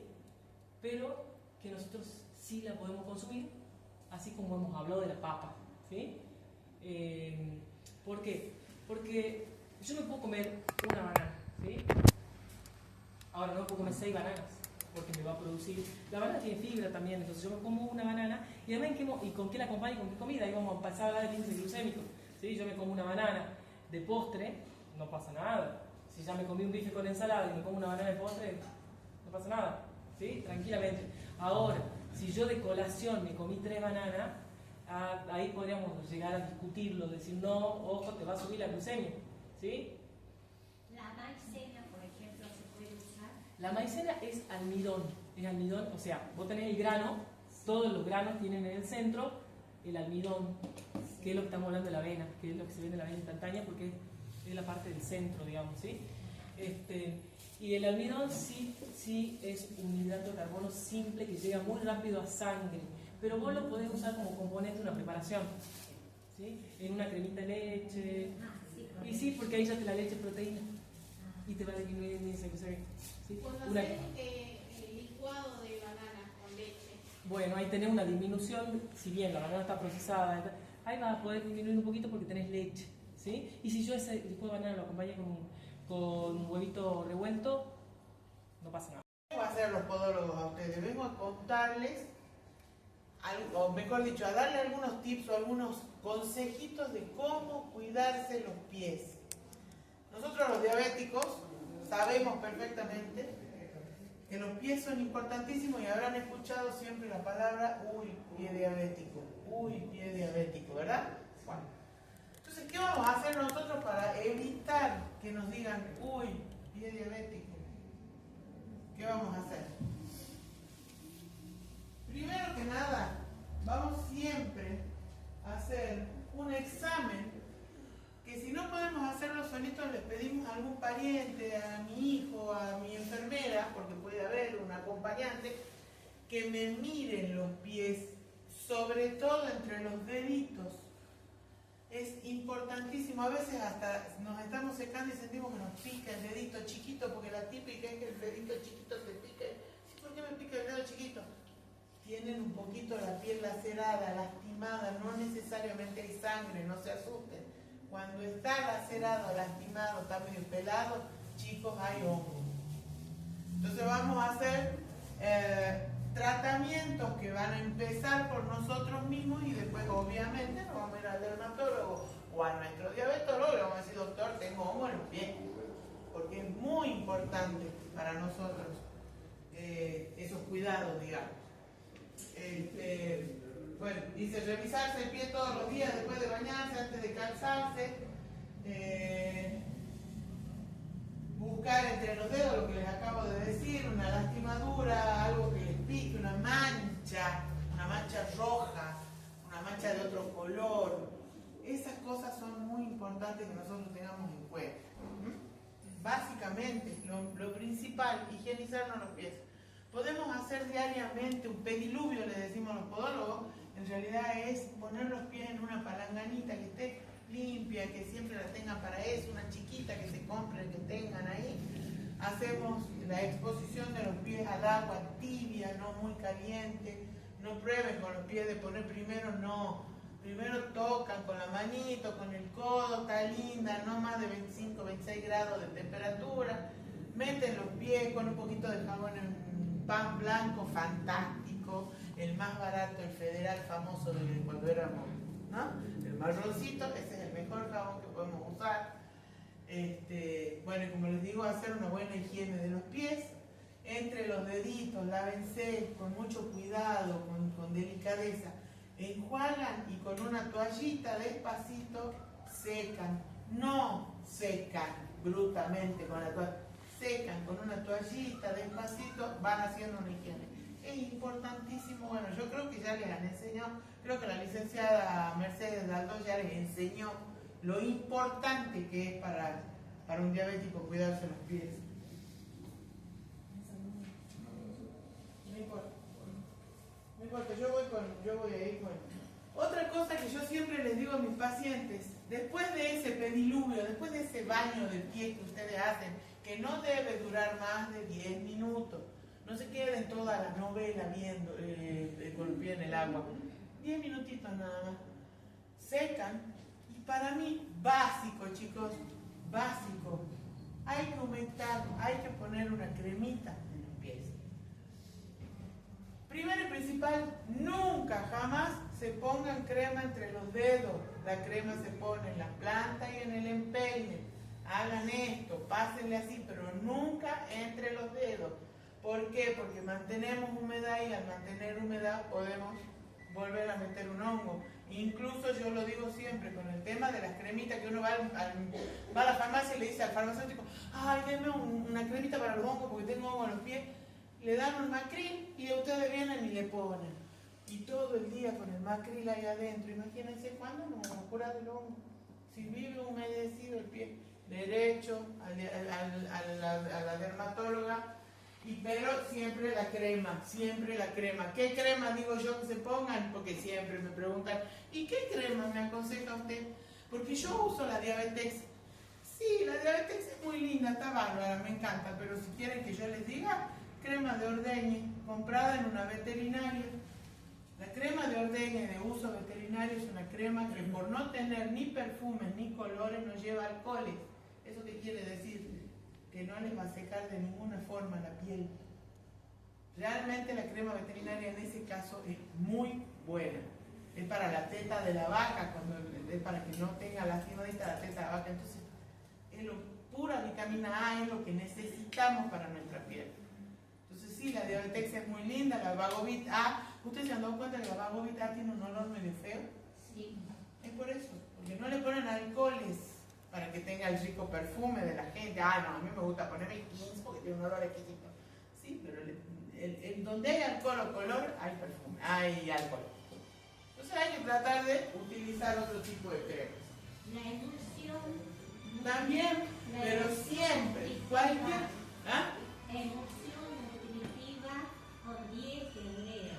Perfecto, todo. La urea también es muy buena, sí. Ajá. Pero ¿dónde no te tenés que poner? Nunca en los dedos. Entre los dedos.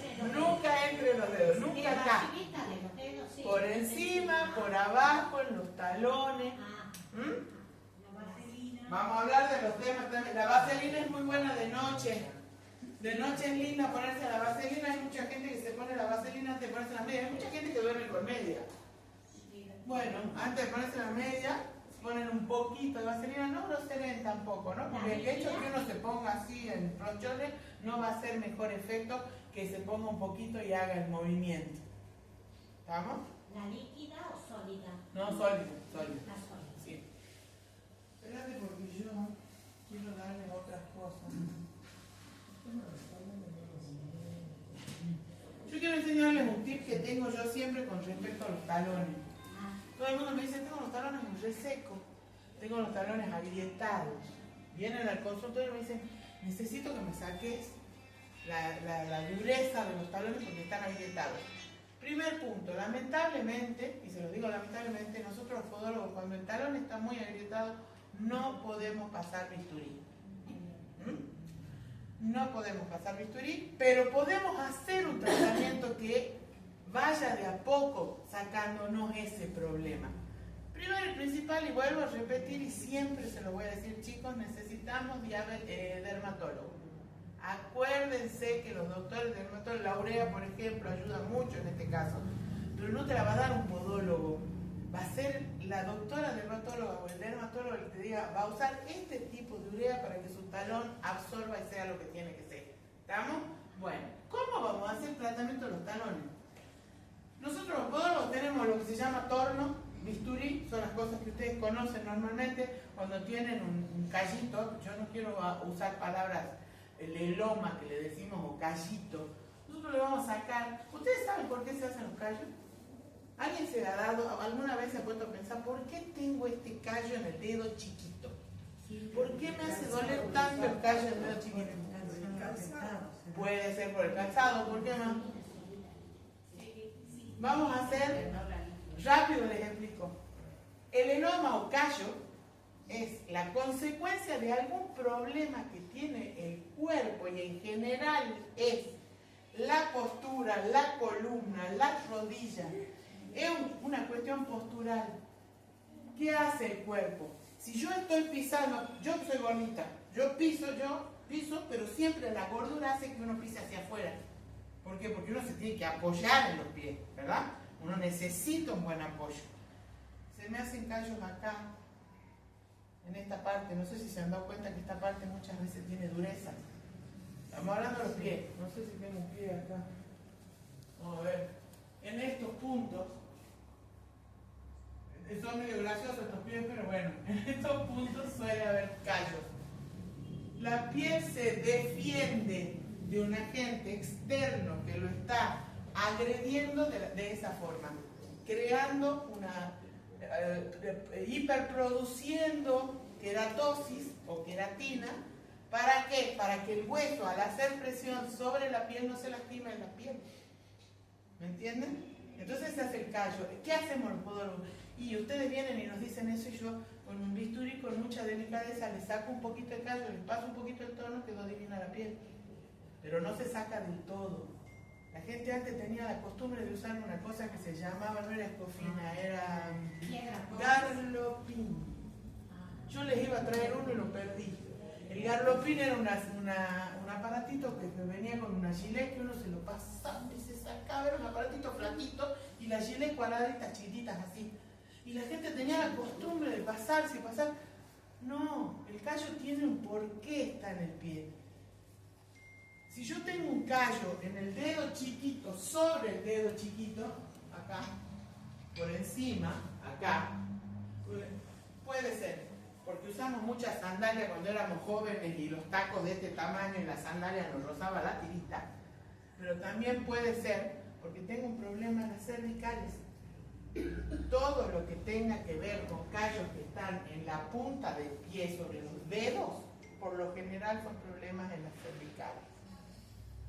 Y yo le voy a decir, ¿usted está con problemas cervicales? Sí, me duele mucho el cuello. Bueno, ahí tiene la explicación del callo. Entonces, ¿qué tenemos que hacer? Primero, básicamente, hablar con un traumatólogo y decirle, doctor, puede ser que yo tenga un problema, o sea, nos está avisando, quizás, que tenemos un problemita en la columna. De la parte de acá del metatarso, tenemos metatarso vencido, y voy a decir, ¿por qué tengo los callos acá? Me duelen mucho. Tenemos problemas a nivel de las dorsales, a nivel de los brazos, en la columna. No quiere decir que si vamos al traumatólogo, el traumatólogo nos va a sacar los callos. Porque lamentablemente ustedes saben que la columna no es una cosa que se cura así nomás. Pero tienen la posibilidad de darles una plantilla, tienen la posibilidad de ayudarlos de alguna forma como para que pisemos un poquito mejor. ¿Está? Pero voy al tip. Yo les voy a enseñar. No se usa más garlopín, no se usa más la ecofina, que era un rallador de queso finito que uno tenía en el baño y se oxidaba y la usaba, ¿no? Bien rallador era. La piedra pome dejó de ser la piedra pome, porque ya no saca nada. No sé si en mis tiempos de cuando era chica sacaría algo, pero yo no me acuerdo. Para mí no tenía, Lija al agua. Lija al agua. Cuando yo era más jovencita, cuando empecé a hacer podóloga hace 30 y pico de años, empezamos a yo, los demás no sé, empecé a fabricarme y les voy a contar que lo hice por mí. Y así empecé. Una maderita común y corriente, voy a la ferretería y le digo, dame lija al agua 100-120, que es de color negro. La pego con Poxirran, que ya saben que como es de doble contacto, 15 minutos lo doran, ¡pum! Lo pego, no se rompe, se ponen en el baño. Y cuando nos estamos bañando, obviamente estamos humedeciendo la piel, que es lo mejor. Y cuando antes de salir, digo, los talones. Si pueden, si les da el cuerpo todavía, que yo sé que muchos hacen gimnasia y están bárbaros, los he visto hace rato cómo trabajan, levanten un poquito el talón y pásenle la lija muy suavemente. No es para que le den y le den así hasta que duela, no. Si todos los días ustedes le pasan un poquito la lija a los talones, en 3 semanas ustedes tienen otros talones. Y las grietas, como les digo, la médica los va a ayudar o el médico los va a ayudar a que con cremitas saquemos la grieta, pero la lija hay que pasarla. No. Te estás duchando y después al final de la ducha, cuando ya estás por salir, ahí sí, te pasas un poquito, te enjuagas y acá yo les muestro, esto lo venden en los chinos, chicos. Es una paletita, como la ven, ¿ven que acá está la lija negra? Sí. ¿La pueden ver? Después la van a ver más de cerca, si quieren pásensela, después me la devuelven, ¿no? Pásensela y mírenla. Esto es importantísimo, la lijada. Salimos de la ducha y ¿qué es lo que vamos a hacer? Humectar. Obviamente, un poquito de crema para ayudarle a la piel a que se ponga mejor. Ese es otro de los tips. ¿Vamos? Que puede ser en esta parte del metatarso, que puede ser en el talón, que ustedes sienten que tienen el callito. Los callos de arriba es más difícil.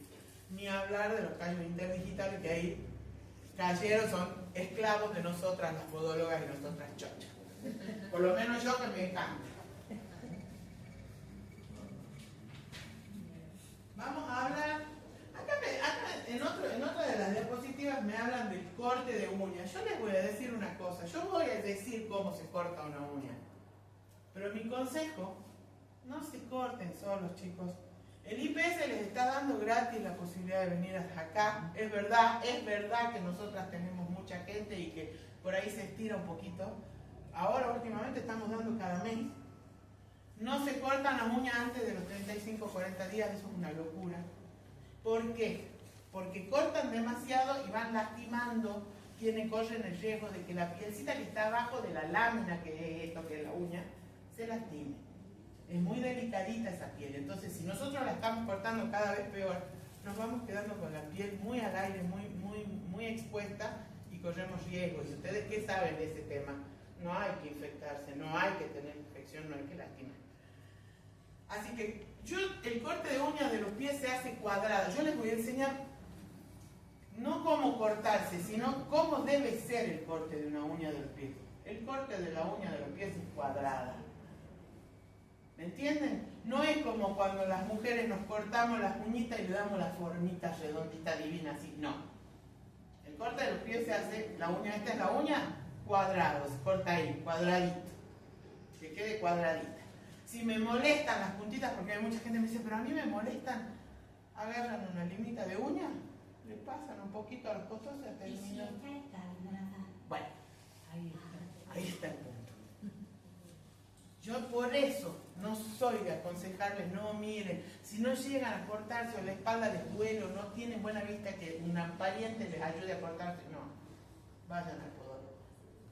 Porque si la uña está encarnada, nosotros, del primero y principal, desde nuestra profesión estamos para eso.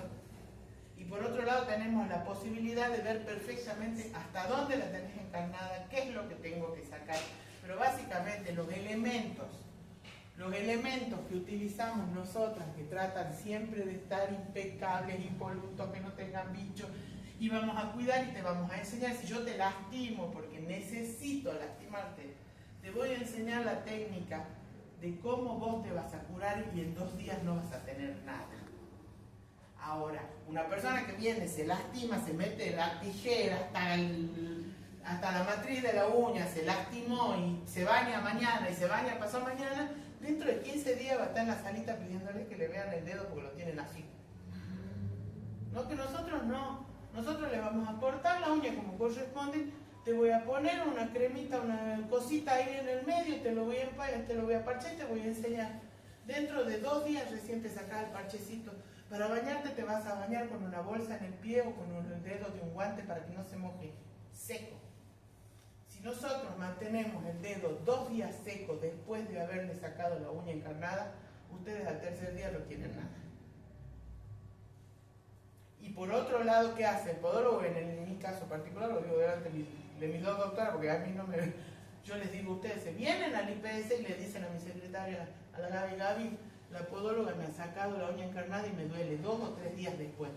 Y yo en algún ratito les voy a ver, porque lo lógico es que se cuide mucho. Eso yo quiero que sepan siempre. Cuando vienen a mí y 2 días y 3 días después les sigue doliendo, yo los vuelvo a ver. Solución fisiológica tampoco. No, nada. Nada. ¿Vos decís para cuándo? Para después del corte, ponerse la... Si hay una lastimadura, decís vos, sí, si te saco la uña. No, en el caso si hay una uña encarnada, vos viniste al podólogo y el podólogo te sacó la uña encarnada, yo aconsejo 2 días de pie completamente seco. No tenés que mojar el agua, trae bichos, chicos. llama gasa furacinada, o bueno, puede ser Platzul, yo soy más de la gasa furacinada. Te la voy a poner, te parcho precioso el dedo, te va a tocar, y te voy a dar tu guante, que es con el que yo trabajé con vos, porque cada uno tiene su propio guante. Le cortan el dedo chiquito, se lo ponen como un forrito en el dedo, se van a bañar, tienen 2 días, 2 guantes, 2 baños. Al tercer día se tienen que meter al agua con cinta y todo, no tiroñar en seco, meterse y la cinta se va a salir sola. Cuando ustedes se den cuenta no tienen nada. Se cicatrizó, no hay bicho, no hay infección, no hay nada. Tiene que haber un pedazo de uña que pudiera haber quedado o algo así, como para que vos vengas y me digas, me duele mucho y se me está infectando. Pero si hacen un buen laburo y si ustedes tienen la paciencia de aguantar un poquito lo que hacemos los podólogos, yo siempre les digo lo mismo y quiero que quede claro. Los podólogos no somos magos y no tenemos la prioridad de anestesiarlos realmente. Entonces, ¿qué hacemos los podólogos? Con toda la delicadeza y las ganas del mundo tratamos de sacarle las uñas encarnadas para que queden bien y ustedes tienen que aguantar un poquito el dolor porque un poquito de dolor va a haber. Siempre un poquito de dolor va a haber. ¿Está?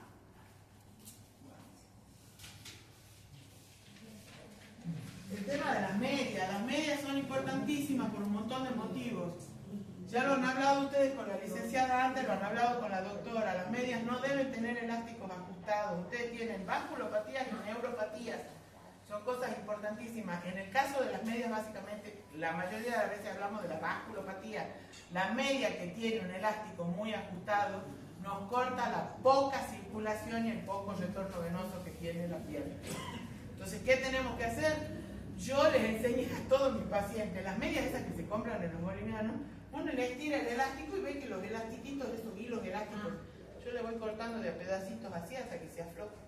Llega un momento que afloja. Así que, chicos, no usen ni medias porque tengan mucho nylon. Todo tiene que ser algodón, todo tiene que ser tipo toalla, también se puede, pero que no tenga mucho nylon. Lana, depende de la temperatura. Otra cosa, no pueden andar sin medias. No pueden, el diabético lamentablemente no puede andar sin medias. Nos tenemos que acostumbrar que aunque en verano nos haga calor, un buen par de medias y las zapatillas es la mejor solución. Yo digo zapatillas porque para mí es lo más cómodo que hay, yo soy fanática de las zapatillas.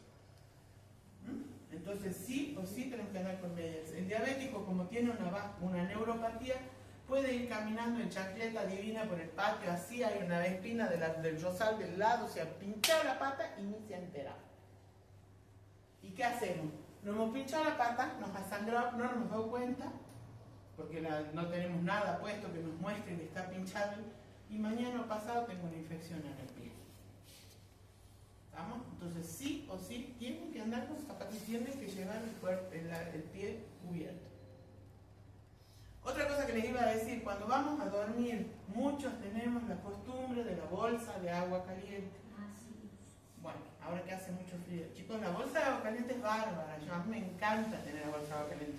Pero todos sabemos que para diabéticos o no, es medio peligrosa a veces cuando ya tiene muchos años, cuando no es de buena calidad, se rompe y nos quemamos los pies. ¿Qué pasa con el diabético que tiene una diabetes avanzada y una vasculopatía avanzada, una neuropatía avanzada? A veces ni se enteran que se ha roto la bolsa y se queman los pies. Y ya lo he visto en muchos casos. Entonces yo, porque tengo ganas de enseñarles, yo como les dije, vine hoy a enseñarles tips nada más. Y traje cosas mías. Esto que ven acá, y se los voy a pasar para que lo toquen, está limpito, está recién armado. Esto es una bolsa de semillas.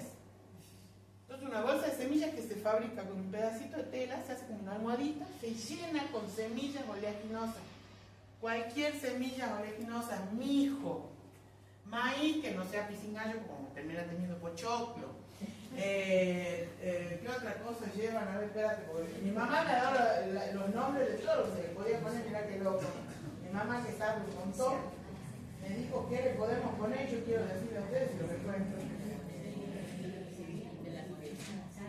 Oh, ¿dónde está acá? Mijo, soja, maíz que no sea pisingallo y lino, todo eso me dio mi mamá. Y hay una cosa que a mí me encantó de mi mamá, le ponía la ramita de lavanda adentro.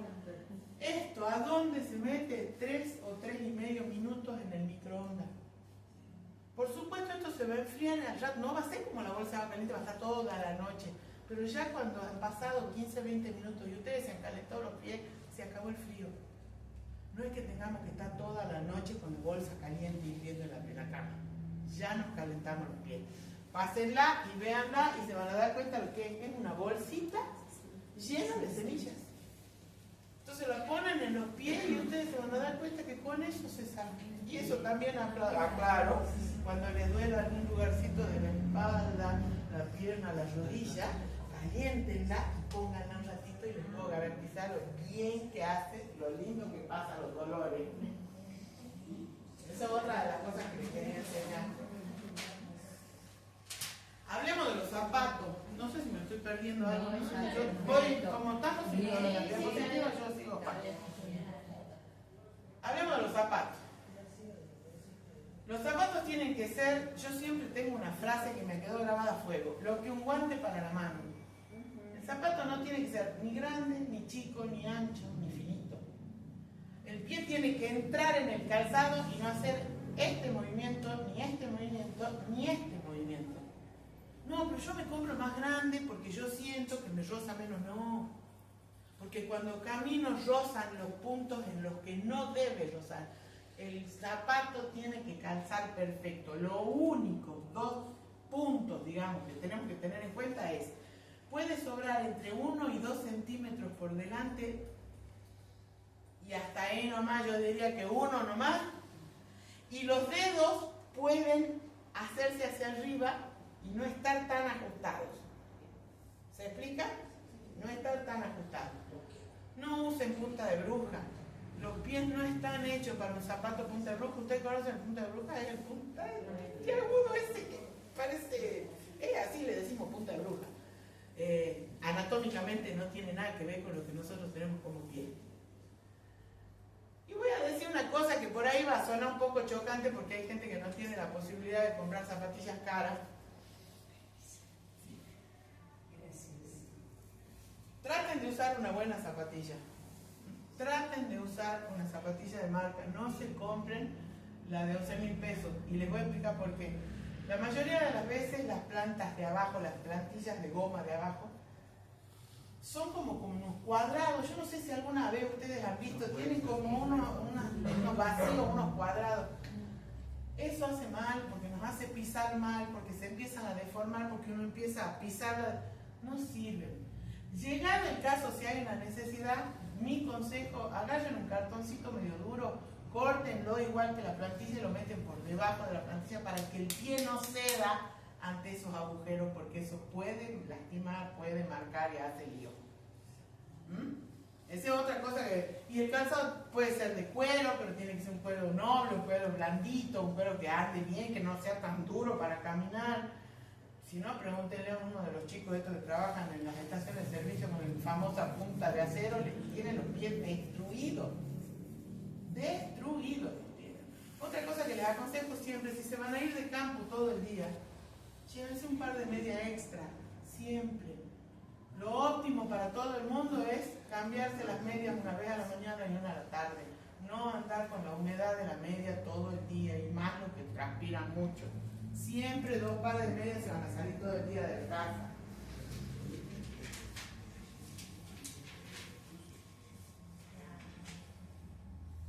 Les enseñé lo del examen. Vamos a ver quedan unos solos puntitos del tema de los ejercicios.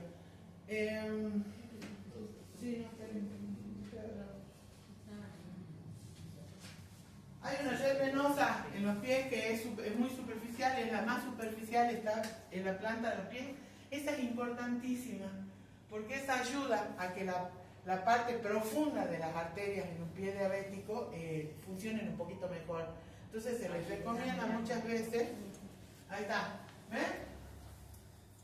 Esta red de vénulas chiquititas, ¿ves? Que hay en todos lados, nos ayuda a la parte profunda. Entonces, ¿qué nos aconsejan hacer? Una botella de vidrio de las de vino en el piso, arriba una colchita, y hagamos la gimnasia para que eso ayude. Y el último ejercicio que yo les voy a enseñar, que está a ver si lo encontraste. Hay un montón de ejercicios que hay que hacer para ayudarla a la circulación de las piernas, básicamente. también ayuda al sistema nervioso, pero básicamente es a la circulación, que es el movimiento de los pies en esta forma, al revés, haciendo, pataleando como si estuviéramos en el agua. Por supuesto, no todos estamos en condiciones de hacer ese tipo de movimiento, pero los que pueden hacerlo, háganlo, ya sea sentado en una silla, ya sea acostado en una cama. Cuando estamos viendo la tele acostado en la cama, pataleen, hagan estos movimientos. Los pies necesitan el retorno venoso.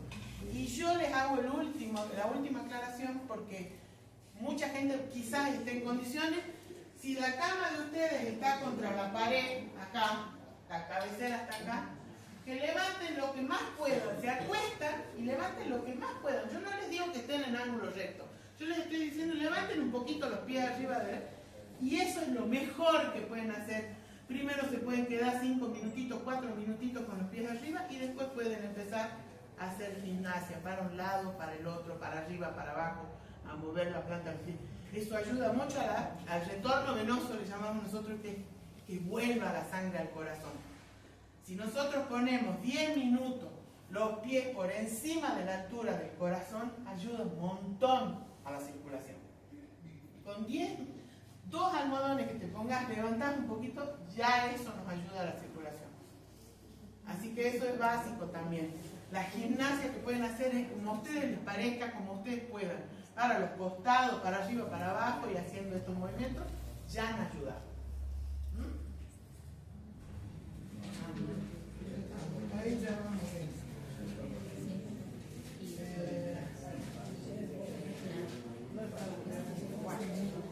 No sé, yo creo que hasta acá llegué. Quiero que si hay alguna pregunta yo la contesto.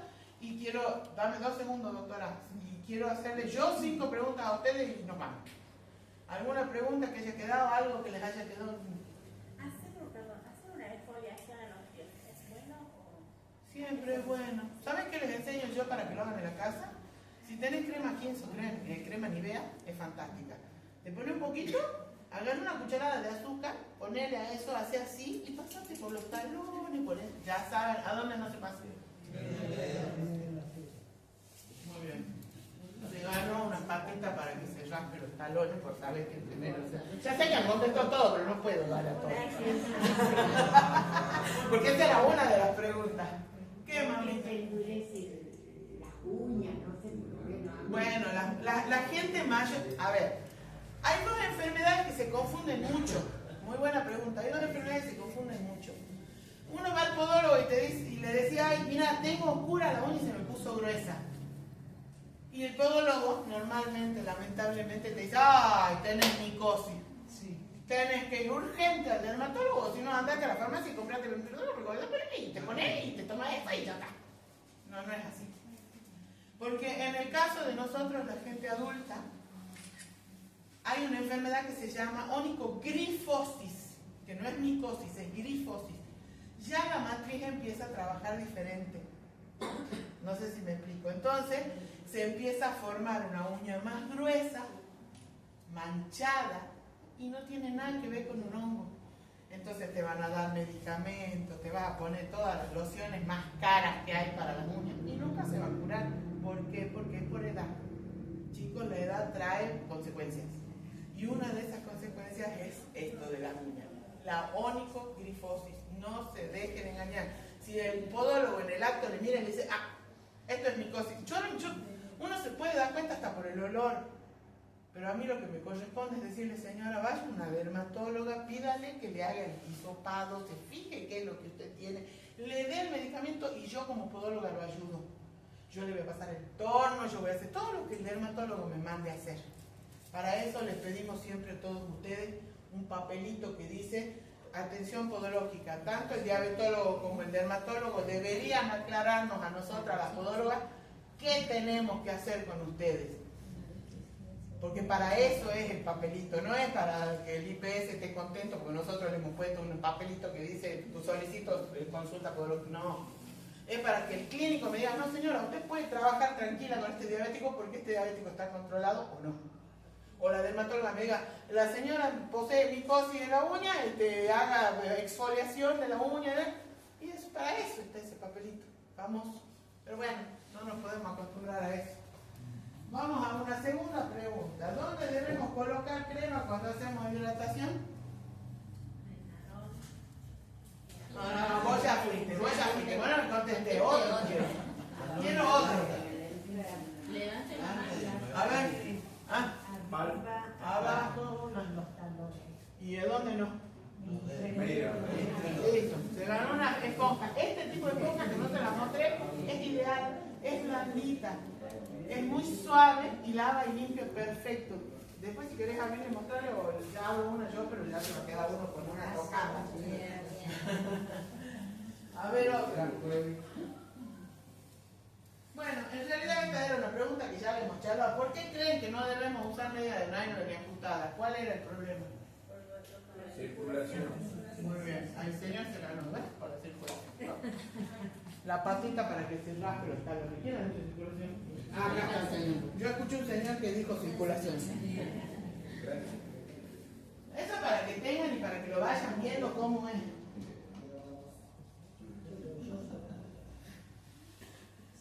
Bueno, a ver, de todo lo que yo he dicho, ¿qué creen que es lo más importante? Miren lo que les voy a preguntar y quiero escucharlo a todos. De todo lo que yo acabo de decir, básicamente, ¿qué es lo más importante cuando uno se quiere cuidar los pies? ¿Qué tiene que hacer? Yo quiero escuchar algo. ¿Qué es lo que uno tiene que hacer primordialmente cuando se habla de que soy un pie diabético? Revisarlo el pie o hacer Se la puse difícil, ¿no? No, doctora, la doctora tampoco sabe. Tampoco sabe. No, pedir turno en el podólogo, ningún problema. Lo primero es pedir turno en el podólogo. Bueno, no quiero demorarlos más.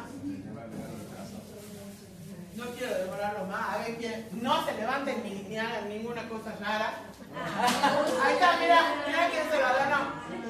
Y te tengo abandonada, ya vos no te veo, ¿no? Ahí está.